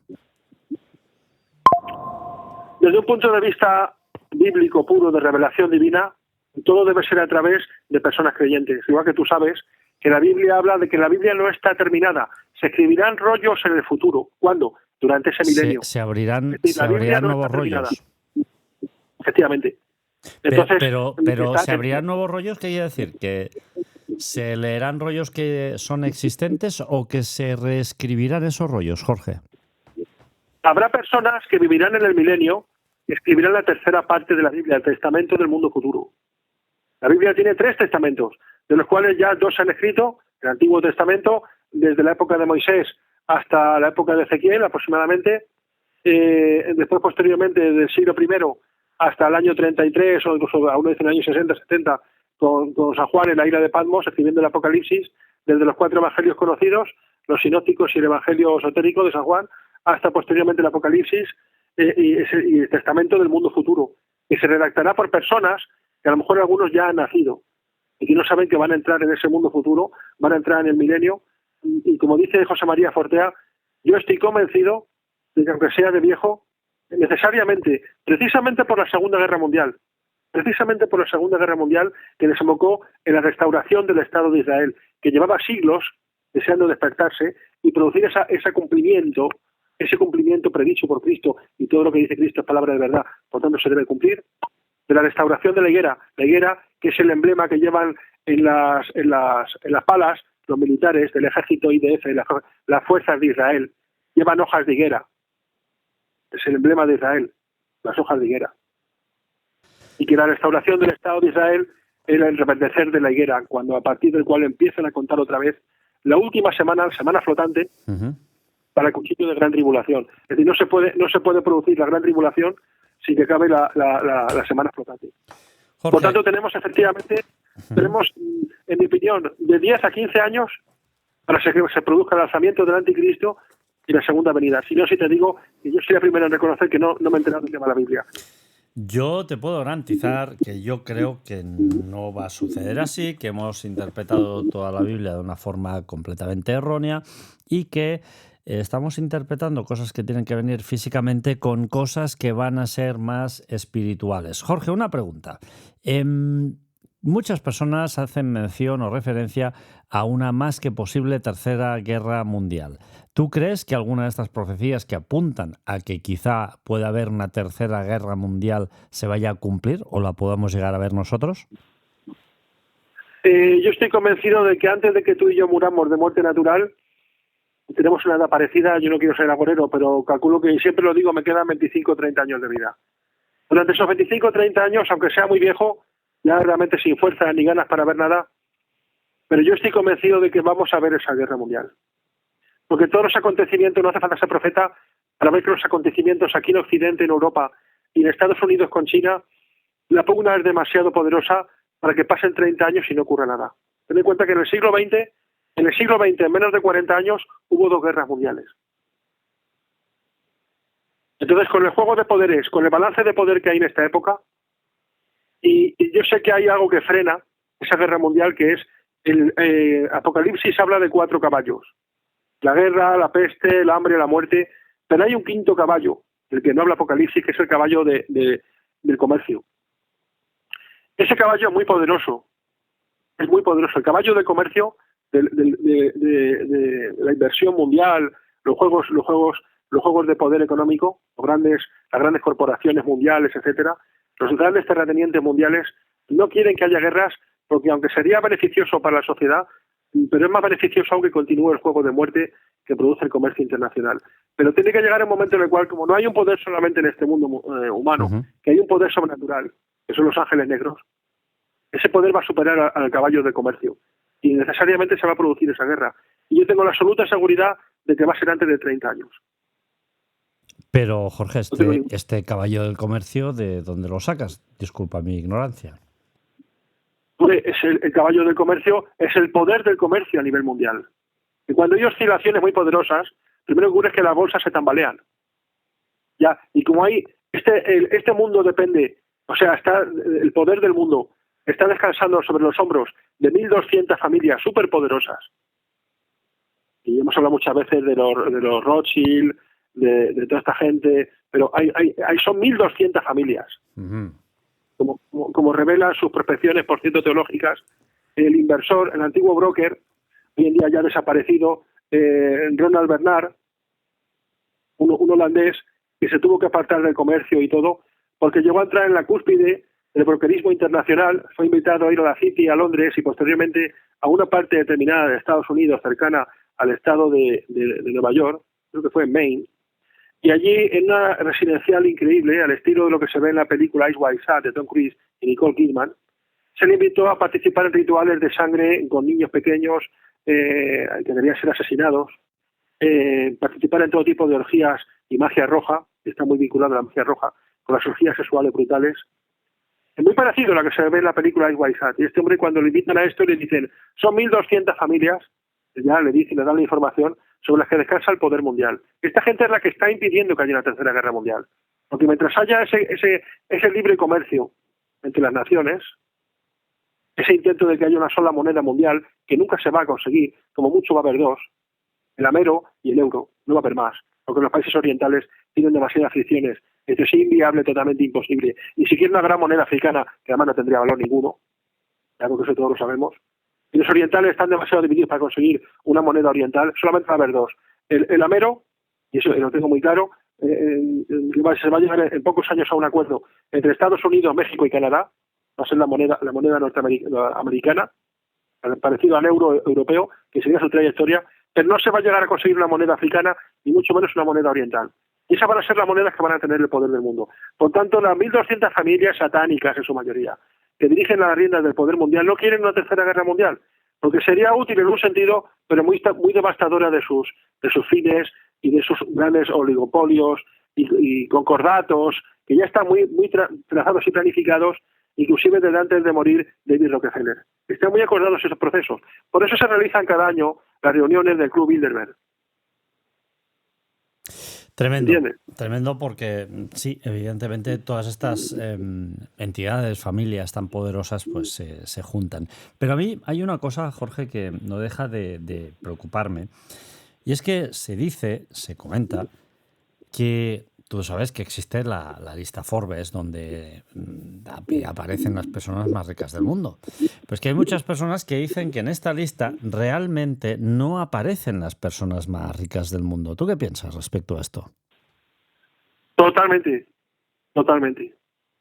Y no olvides, hay una película que se llama Pactar con el Diablo, de 1998, protagonizada por Keanu Reeves y Al Pacino, magistrales los dos, extraordinarios, donde precisamente dice, pero papá, dice, como no te conocen, dice, porque la virtud del diablo está siempre oculta, diabole virtus in lumas est. Es decir, el mal trabaja mucho mejor en secreto que dándolo a conocer a los cuatro vientos. Tremendo. Entonces, si no me equivoco, la familia más rica del mundo, teóricamente, según la lista de Forbes, son la familia Walton, que son los herederos de Walmart, con una fortuna de 513.000 millones de dólares. Tampoco serían los más ricos. ¿Me podrías dar tú una idea de quién piensas tú que sería la familia más rica del mundo? ¿O en qué sector estarían? son gente que viven a caballo, te lo voy a decir, entre Londres, Suiza y donde estaba el hombre este que se le murió la mujer en un accidente de tráfico, que es uno de los países más pequeños de Europa. Mónaco, sí señor. Sí, señor. Son familias que se mueven, no viven, se mueven entre esos tres países. Londres, Suiza y Mónaco. Ahí están. Tremendo. Ahí están. Los realmente poderosos están ahí. Sí, me ha sorprendido mucho porque incluso muchas familias muy poderosas españolas tienen situados sus family office en Luxemburgo. Los deslocalizan de España. Claro. En fin, Jorge, algo tremendo. Si te parece... Ahora, no tengo ninguna duda, no tengo ninguna duda de que esas 1.200 familias, todas, las más conocidas y las que no son conocidas, que son las más potentes, todos sirven a un solo señor. Y ese señor no está en los cielos. No, ese señor está en la tierra y evidentemente tiene unos intereses muy terrenales y muy monetarios. De hecho, fíjate, en todos los libros sagrados, estas entidades celestiales negativas se fijan en las hijas de los hombres y bajan a la tierra. Claro. O sea que en muchas ocasiones, cuando decimos, hombre, es que los extraterrestres ya están infiltrados entre nosotros y están viviendo entre nosotros. Es que recuerden ustedes que estas entidades, ya se recoge en la Biblia, bajaron a la tierra y tuvieron hijos que se conocieron como los Nefilim. Y los Nefilim tienen un ADN extraño. Bueno, es que, fíjate, no hace demasiado tiempo, un profesor concluyó que había personas que tenían en su ADN unas partes de ADN que eran inexplicables, que no eran sencillamente humanas. A lo mejor son los descendientes de estos Nefilim, de estos hijos, producto de una relación entre seres celestiales encarnados aquí en la Tierra con las hijas de los hombres. O sea que ya podríamos decir que hay extraterrestres según los libros sagrados en la Tierra. Llevan aquí desde antes de que existiera el primer hombre, Adán Carmón. Ya hubo, esos ángeles se movían por aquí y les gustó este planeta. Imagínate. Les gustó. Jorge, ¿cambiamos de tercio? Adelante. Venga, vamos a cambiar de tercio y vamos a hablar así por encima, porque esto sí quedaría para mucho rato, de este famoso documental Age of Disclosure. ¿Tú has podido verlo o has ojeado al menos una parte? Sí. A ver. Sí, me lo mandó un amigo en común. No sé si fue el documental en español o en inglés, pero bueno, da igual. Bueno. No tiene ningún problema. Lo vi entero, me lo cansé entero. ¿Y qué? Cuéntame, Jorge, que me interesa mucho tu opinión. Vamos a ver, yo siempre he creído que existen seres extraterrestres. Siempre. Lo que pasa es que yo, en el año 2010, 2011, sinceramente, esto lo saben mis mayores seguidores, los desmonté de una nave extraterrestre de cables y de acero que viene del planeta Catapum Chimpún. Los desmonté de esa nave y lo que digo yo es que los extraterrestres, vuelvo a existir lo que he dicho hace un rato, han estado toda la existencia con nosotros. Y hay extraterrestres aquí en la Tierra desde antes de que existiera Adán Carmón. Este planeta les gustó y lo querían para ellos. Por eso el ser humano les jode a estos señores. ¿Y cómo son estos extraterrestres que viven entre nosotros, Jorge? Hay varias razas. Como he dicho hace poco en un programa en YouTube que se graba cerca de la localidad costera alicantina de Benidorm. ¿Cómo se llama este programa? ¿Cómo se llama? Muy interesante este chico. Acertijos en la oscuridad. Porque además tú has salido ahí hace poco. Sí, he conocido a este chico, una persona muy interesante, Edu. Se llama Edu, él es licenciado superior. Se dedica a la fotografía. Y le enseñé en ese programa la fotografía, para mí, la fotografía que yo conozco de los 36 años que yo estudio estos temas, la fotografía más potente que existe de la ufología mundial, realizada por un señor de Santiago de la Ribera en el año 1990. Yo la conocí la fotografía en 1992. Y es el típico ovni de George Adamski, fotografiado en Santiago de la Ribera sobre la vertical de San Javier, entre unas nubes. Yo tuve el original en mis manos, Kodak lo amplió 10.000 veces. El original se ve muy pequeñito, parece la cabeza de un alfiler. Kodak lo amplió, me costó muchísimo dinero a este hombre, en 1992, y yo tuve tanto la ampliación, que la tengo en mi domicilio, como el original, el negativo, ya lo tuve en mis manos, y vi que no había ningún tipo de manipulación sobre la fotografía, y es la mayor fotografía, la mejor que existe, porque además se ve que es un objeto que está moviéndose hacia la izquierda, en sentido ascendente, y se ve que las claraboyas, lo que serían las ventanas, están disrupturadas como parte del aparato, porque el aparato se está moviendo, insisto, hacia arriba y hacia un lado. Pero ¿cómo se vislumbra la luz de los rayos del sol sobre el aparato? ¿Cómo produce esas reflectancias? La disrupturación del objeto porque se está moviendo rápido, hacia arriba y hacia la izquierda. ¿De acuerdo? Y se ve, en la imagen se ve, el chico pone la imagen en primer plano, que facilité la fotografía. La mejor fotografía de ovnis para mí de la historia, mucho mejor que las de Van Heflin de los años 60 en Estados Unidos, mucho mejor que las supuestas tomas de Van Heflin, que es una de las supuestas tomas mejores que hay de la ufología, la más respetable, las más serias. Esta fotografía pasa que este señor no se movió bien y no se hizo conocido. Ahora este chico que tenga 70 años o así, yo le conocí cuando tenía unos 45, hace unos 25 o 30 años, y estuve allí con su mujer, me invitaba el hombre a tomar unos cafés en su casa y tal. No sé qué habría sido de él, porque nunca más he vuelto a ver a este hombre. Pero hay diversas razas de estos seres. Son diversas razas y tienen una naturaleza, vamos a decir espiritual, no vamos a decir espiritual porque la gente cuando llega al tema espiritual se funden. Claro. Mucha gente se funde. Vamos a decir, tienen una expresión energética variable, ¿vale? Vamos a dejarlo ahí. Por ejemplo, una cosa que yo hablé en el programa del chico este de Edu, y que hay vídeos en internet impresionantes, y que esto los árabes no se ríen de ello, le tienen mucho miedo. Los llamados genios. Son demonios. Los espíritus naturales del desierto, que son seres que tienen poderes y tienen además muy mala pipa. Una especie de demonios, ¿no? Podríamos decir. Es una mezcla entre demonio y tío raro, espíritus del desierto. Es otra raza de estos tíos. Otra raza. Es como si dijéramos que yo saqué del programa una cinta métrica, que cuando mi padre era joven trabajaba con temas de confección y retales, y esa cinta métrica la guardo cuando mi padre trabajaba. Y la cinta métrica, como tú sabes, hay de centímetro 1 a centímetro 100. Pues los genios son de centímetro 65. Los supuestos extraterrestres pleyadianos son de centímetro 78. Hay 100 centímetros en la cinta métrica. Madre mía. Y tú te puedes encontrar con un montón de señores que es la fauna energética, no lo vamos a decir espiritual, son señores que tienen una referencia energética.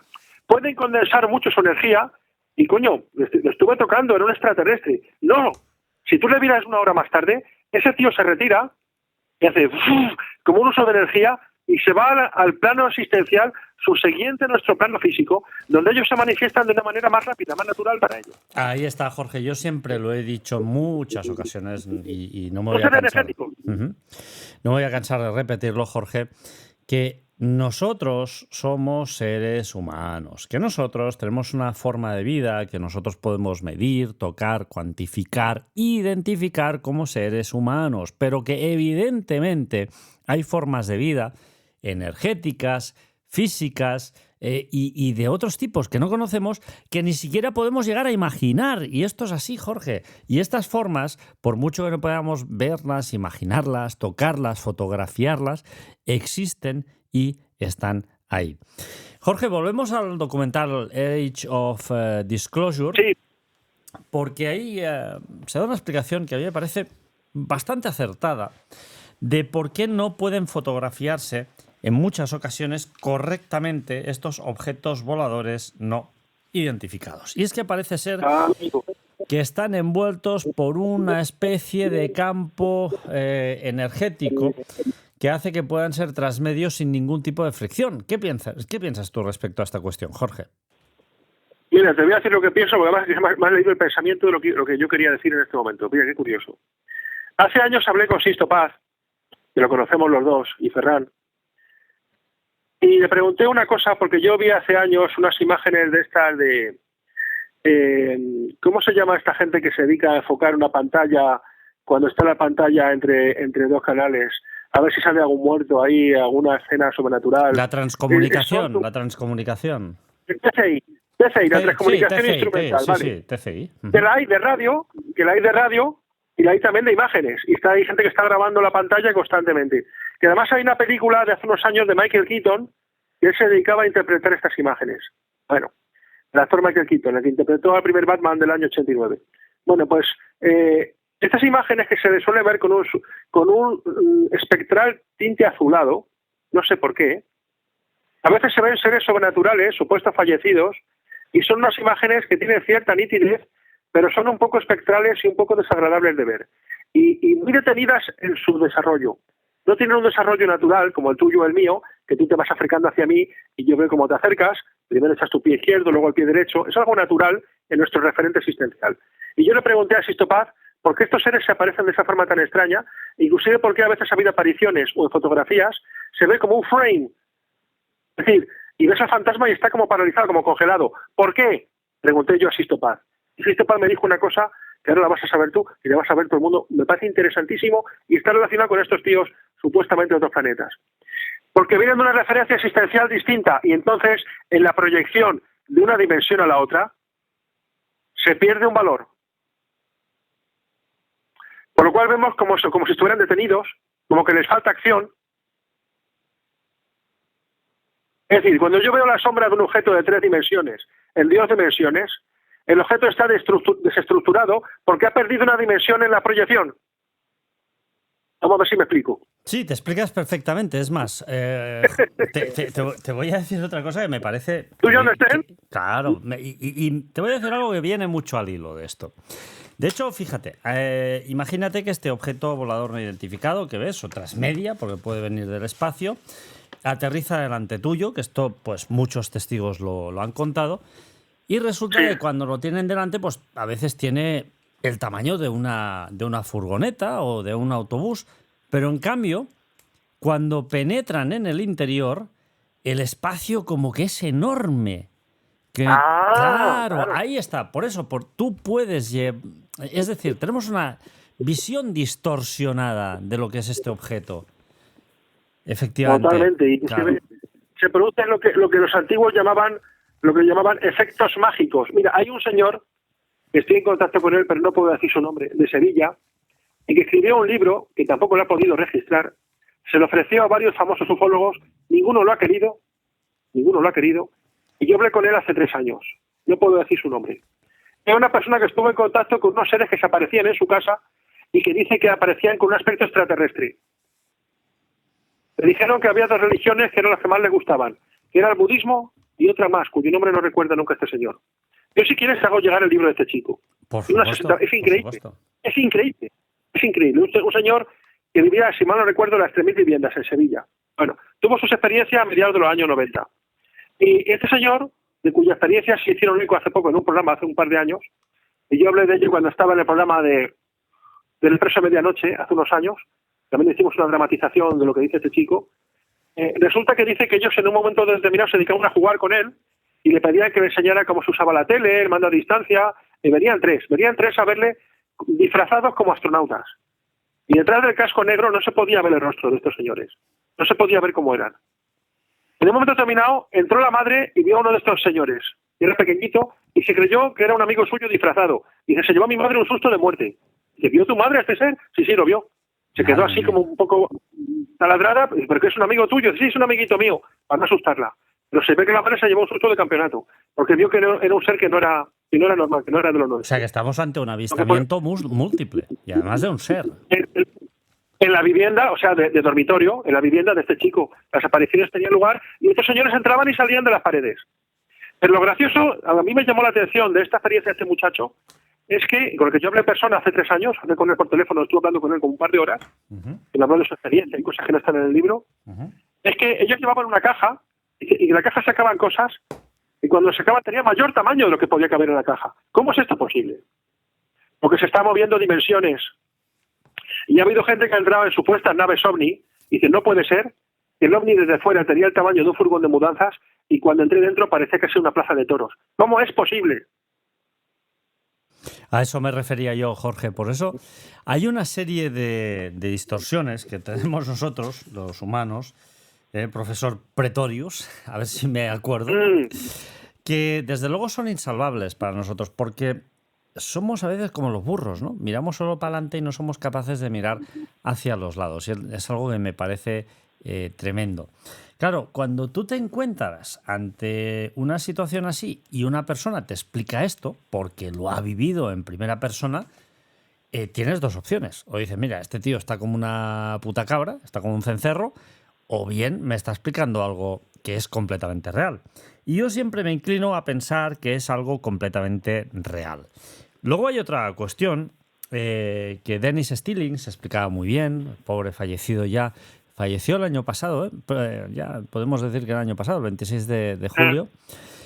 Él decía que todos estos campos electromagnéticos son capaces a veces de manipular aquello que vemos, ¿no? Estamos asistiendo, Jorge, a muchos cambios tecnológicos. Por ejemplo, el DARPA tiene unas gafas que es capaz, con esas gafas y una serie de impulsos, de que tú veas una serie de imágenes en tu cerebro proyectadas directamente desde estas gafas. Con lo cual, a lo mejor también estos seres nos están haciendo ver cosas que realmente no están ahí, o que nos las están haciendo ver en 3 dimensiones. Quizás estamos viendo cómo saca algo del sombrero del mago, de la chistera del mago, y realmente estamos viendo una proyección, los cuales ellos pueden ampliar o reducir a su propio antojo, ¿no? Incluso pueden llegar a generar una especie de realidad virtual en la que casi podamos llegar a sentir en 4 dimensiones ese objeto, incluso a tocarlo y sentir su tacto, cuando es algo que no está ni siquiera allí. Y esto lo vemos muy bien en la película de Matrix, cuando aquel hombre se está comiendo este bistec y dice, bueno, sé que este bistec no existe, pero es que está buenísimo, ¿no?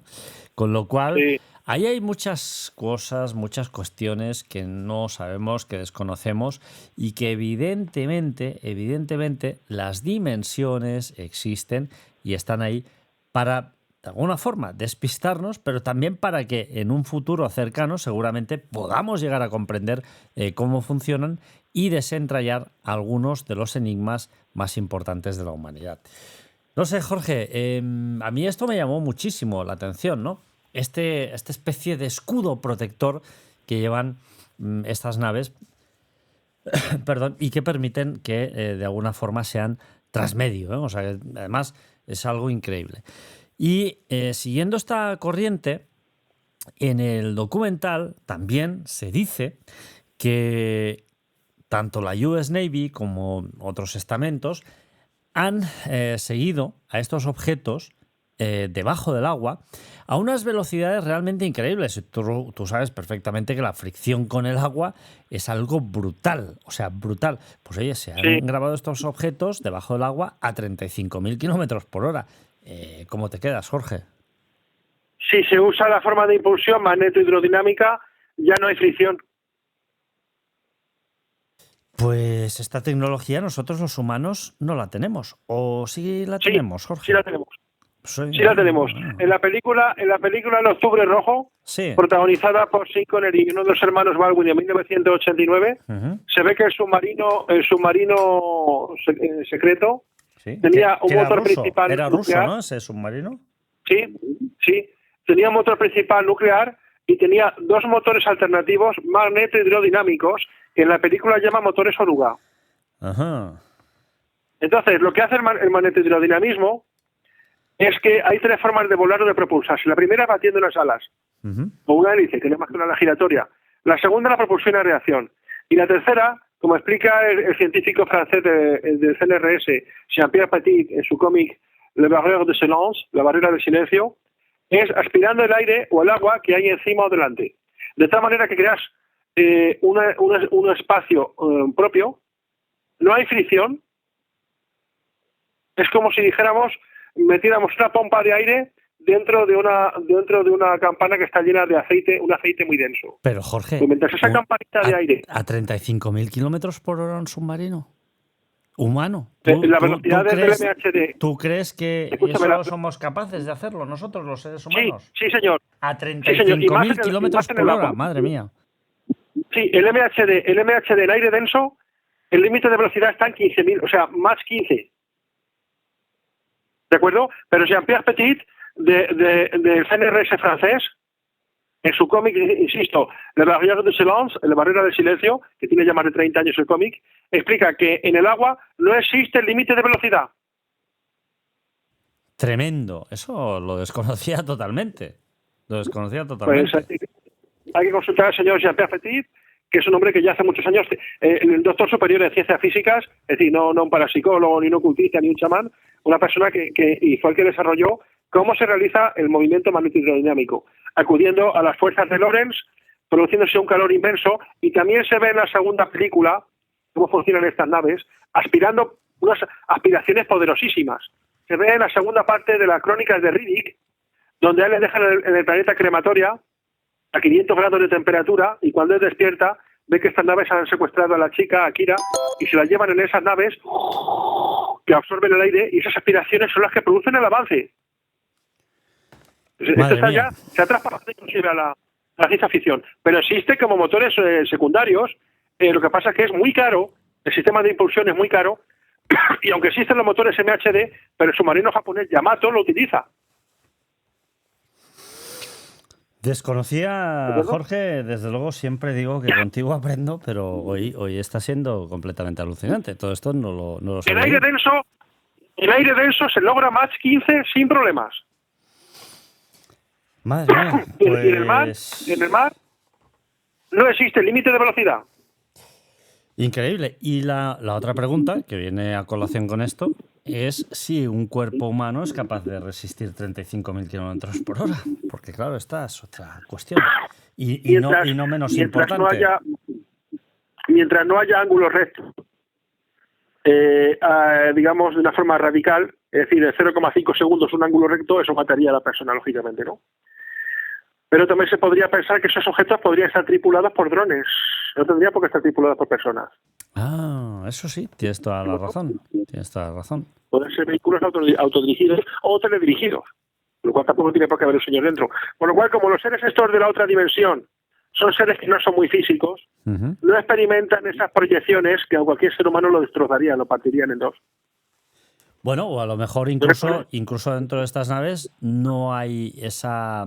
O la gravedad está muy controlada, o sea, quizá... Eso ya no lo sé. Hay un ambiente muy propicio para que no vayas a sufrir ningún daño. Pero seres energéticos, como los que han demostrado en las décadas ser estos seres, entre comillas, extraterrestres, que a mí me decía el conectado cántabro residente en Madrid, Ventura Muñoz, muerto fallecido por vejez el último día de agosto del año 2017. Ventura Muñoz, que venía de los grupos Non Siamo Soli y que había conocido en persona a Eugenio Siragusa, decía que estos seres, cuando entraban, aparecían en su casa al norte de Madrid, en Colmenarejo, en los años 70, aparecían como una túnica. Y al pasar el dintel de la casa, llevaban un traje como de piloto, perdón. Al bajar de la nave, aterrizaban por allí y tal, y les invitaba a entrar en su casa, y se me iban siguiendo con su mono de piloto, estos típicos Astar Serang, Oxalc, el Link, Thor, estos seres de la que se conectaban con la gente de la misión Non Siamo Soli, Adonai, toda esta gente punta de flecha, venían todos de los grupos de Non Siamo Soli, de Eugenio Siragusa, y se venía el extraterrestre Astar Serang, o Link, o Thor, que era un ser con aspecto felino, y llevaba su traje como de piloto, pero al pasar el dintel de la puerta de su casa, como por una cuestión de cortesía, automáticamente transmutaba toda su esencia y ellos llevaban como una túnica. Es decir, son seres que no son físicos, son energéticos. Sí, eso lo tengo claro. O sea, lo que no podemos afirmar como seres humanos es que no hay ningún otro tipo de forma de vida. Eso es como prácticamente recuperar una nave espacial y pretender que lleve una etiqueta que ponga Made in Venus o Made in Júpiter. Sería completamente estúpido, vamos. Yo al menos lo interpreto así. Ha habido muchos casos de extraterrestres, que por cierto tengo una increíble colección de juguetes japoneses producida en Japón hace unos 30 años, una colección de 30 humanoides, y de estos 30 aparecieron dos pequeños personajitos, dos monigotitos, pequeños, cabezones, vestidos de color rosa, que entraron en contacto con un señor diciéndole que venían de la estrella Wolf 476 y tal. Bueno, porque los dos señores, este hombre se puso muy nervioso y no quería contactar con ellos, les quería golpear inclusive con un bastón, y cuando estos seres vieron que no podían comunicarse bien con este hombre, se fueron volando, es decir, actuaron de forma más que como si fueran seres físicos, como si fueran seres astrales, y además es que no se fueron por la ventana, se fueron atravesando una pared. Estamos en contacto con seres que no tienen nada que ver con lo que conocemos en nuestra vida. Son otro tipo de historias. otro tipo de historia. Madre mía. El ser humano debe comprender que estamos surcados y rodeados por dimensiones que no seríamos capaces ni de entenderlas, ni aunque nos las explicaran. Claro, por ese motivo, Jorge, a veces uno cuando está en la solitud de su habitación a las 3, las 4 de la mañana, y esto a mí me ha sucedido, de repente notas como una presencia extraña en algún lugar de la habitación, notas como si no estuvieras solo y ahí mismo en esa estancia hubiera algo más. Esto es escalofriante porque es que estos seres se cuelan hasta lo más íntimo de tu casa, de tu habitación. Ese es el lugar donde deberías estar más protegido y resulta que, zasca, ¿no? En ese momento dado sientes esa presencia. Esta sería un poco la explicación, Jorge. Me ha pasado a mí también, y yo además te podría decir que hace ya años que no noto eso, pero en momentos que lo he notado en mi vida, y podría decirte en qué esquina de una habitación superior estaban esas entidades. Bueno, yo te tengo que decir que yo vivo en una casa muy, muy antigua, quizás seguramente de las más antiguas que hay en Andorra, y lo he dicho en muchos programas, incluso contigo alguna vez, en 2 lugares de la casa el perro se queda ahí fijamente mirando y en una de las ocasiones incluso gruñó, como si hubiera alguien allí en ese mismísimo rincón. Y evidentemente nosotros podemos percibir ciertas frecuencias y los animales pueden percibir ciertas otras frecuencias que nosotros no somos capaces. O sea que, en fin, esta también podría ser una de las explicaciones para estas situaciones donde los animales son capaces de ver cosas que nosotros no vemos. ¿Tú sabes por qué es eso? No. Porque no todos los seres humanos tienen abierto el ojo de lo psíquico, no todos los seres humanos son médiums. Pero hay un problema con los animales, que es que los animales, al no haber cometido ningún pecado ante Dios, mantienen toda su pureza espiritual y sí pueden ver los reinos del espíritu. Vaya, pues esta explicación, Jorge, me ha dejado aún peor de lo que estaba. Yo creo que me voy con más preguntas aún de las que llegué a este programa. Pues no eso sé, te pasa Jorge, por hablar conmigo. Eso, exactamente, siempre me pasa por hablar contigo. Pues Jorge, como siempre, amigo mío, un placer conversar contigo de estos temas que nos gustan tanto, que nos apasionan. Hoy hemos podido hablar de esta detención de este señor, de Maduro, que algunos dirán que es un héroe, otros dirán que es un dictador. Yo me inclino totalmente por lo segundo, además de añadir que es un asesino. Y hemos hablado también de estos profetas fallidos y también pues hemos dado nuestra opinión sobre este documental, ¿no? En fin, Jorge, recuérdanos una vez más tu correo electrónico para que la gente te pueda escribir y eso sí, evidentemente con todo el respeto y educación. Sí, por favor. Si a alguien se le ocurre la terrible idea de escribirme, que antes lo piense, porque a lo mejor le puedo dar más preguntas y más dolores de cabeza a los que tenía antes de escribirme, en el ladoscuroradio@gmail.com. Y quisiera recordar al escritor Paul Eluard de su famosa frase que dijo hace muchos años y que muchos lo han utilizado incluso para acabar una película, que es: existen otros mundos, pero están en este. Muy buena frase, muy buena afirmación. Desde luego existen otros mundos y están en este. Y a mí me gustaría también que la gente se quede con esa película de Men in Black, cómo acaba, con ese llavero extraordinario en el cual pues representa muy bien la frase que acabas de decir. Jorge, profesor Pretorius, muchísimas gracias como siempre. Pues muchas gracias y bueno, aunque estos temas son difíciles, pero es importante acudir muchas veces a, más que leer libros, cuando alguien escuche algo que no lo entienda bien, intente meditar sobre ello. Y no le importa a esa persona tener que meditar a lo mejor mucho tiempo sobre esa cosa. Porque hay veces que hay que entender que efectivamente vivimos en un universo que es mucho más grande, pero no en espacio, sino a otro nivel que no es el espacio, de lo que muchos pudieran imaginar. Y que efectivamente estamos traspasados de energías, de fuerzas, estamos traspasados de dardos de información que vienen del futuro, que vienen del pasado, y que personas sensibles pueden interpretar en un momento dado y, como dijimos, convertirse en prospectores de futuro. Y yo he tenido este sueño, he tenido esta visión, he visto que va a ocurrir algo dentro de 3 años. La prospección de futuro existe, estamos surcados de fuerzas. Entonces no hay que comprenderlo, hay que simplemente entender que el universo es mucho más grande a todos los niveles imaginables de lo que un ser simplemente humano mortal. cuya vida son 70, 75, 80 años, podamos vivir suficiente para entender. Pero, por supuesto, desde luego, la gente que no desprecie el poder del oculto, porque desde luego está cometiendo un gran error. La vida es mucho más de lo que se ve a simple vista. Exactamente, Jorge. Y sobre todo lo que hemos dicho al principio, ¿no? Que tomarse el tiempo de meditar, de pensar, de reflexionar y de conectar con estos asuntos. Jorge Ramón Valle, muchísimas gracias, como siempre. Un abrazo muy fuerte. Les recuerdo mi correo electrónico, arturo@misteriosuniversales.com. Sí. Tenemos un grupo en Telegram que se llama Misterios Universales. Descarguen Telegram, busquen Misterios Universales y ahí les esperamos.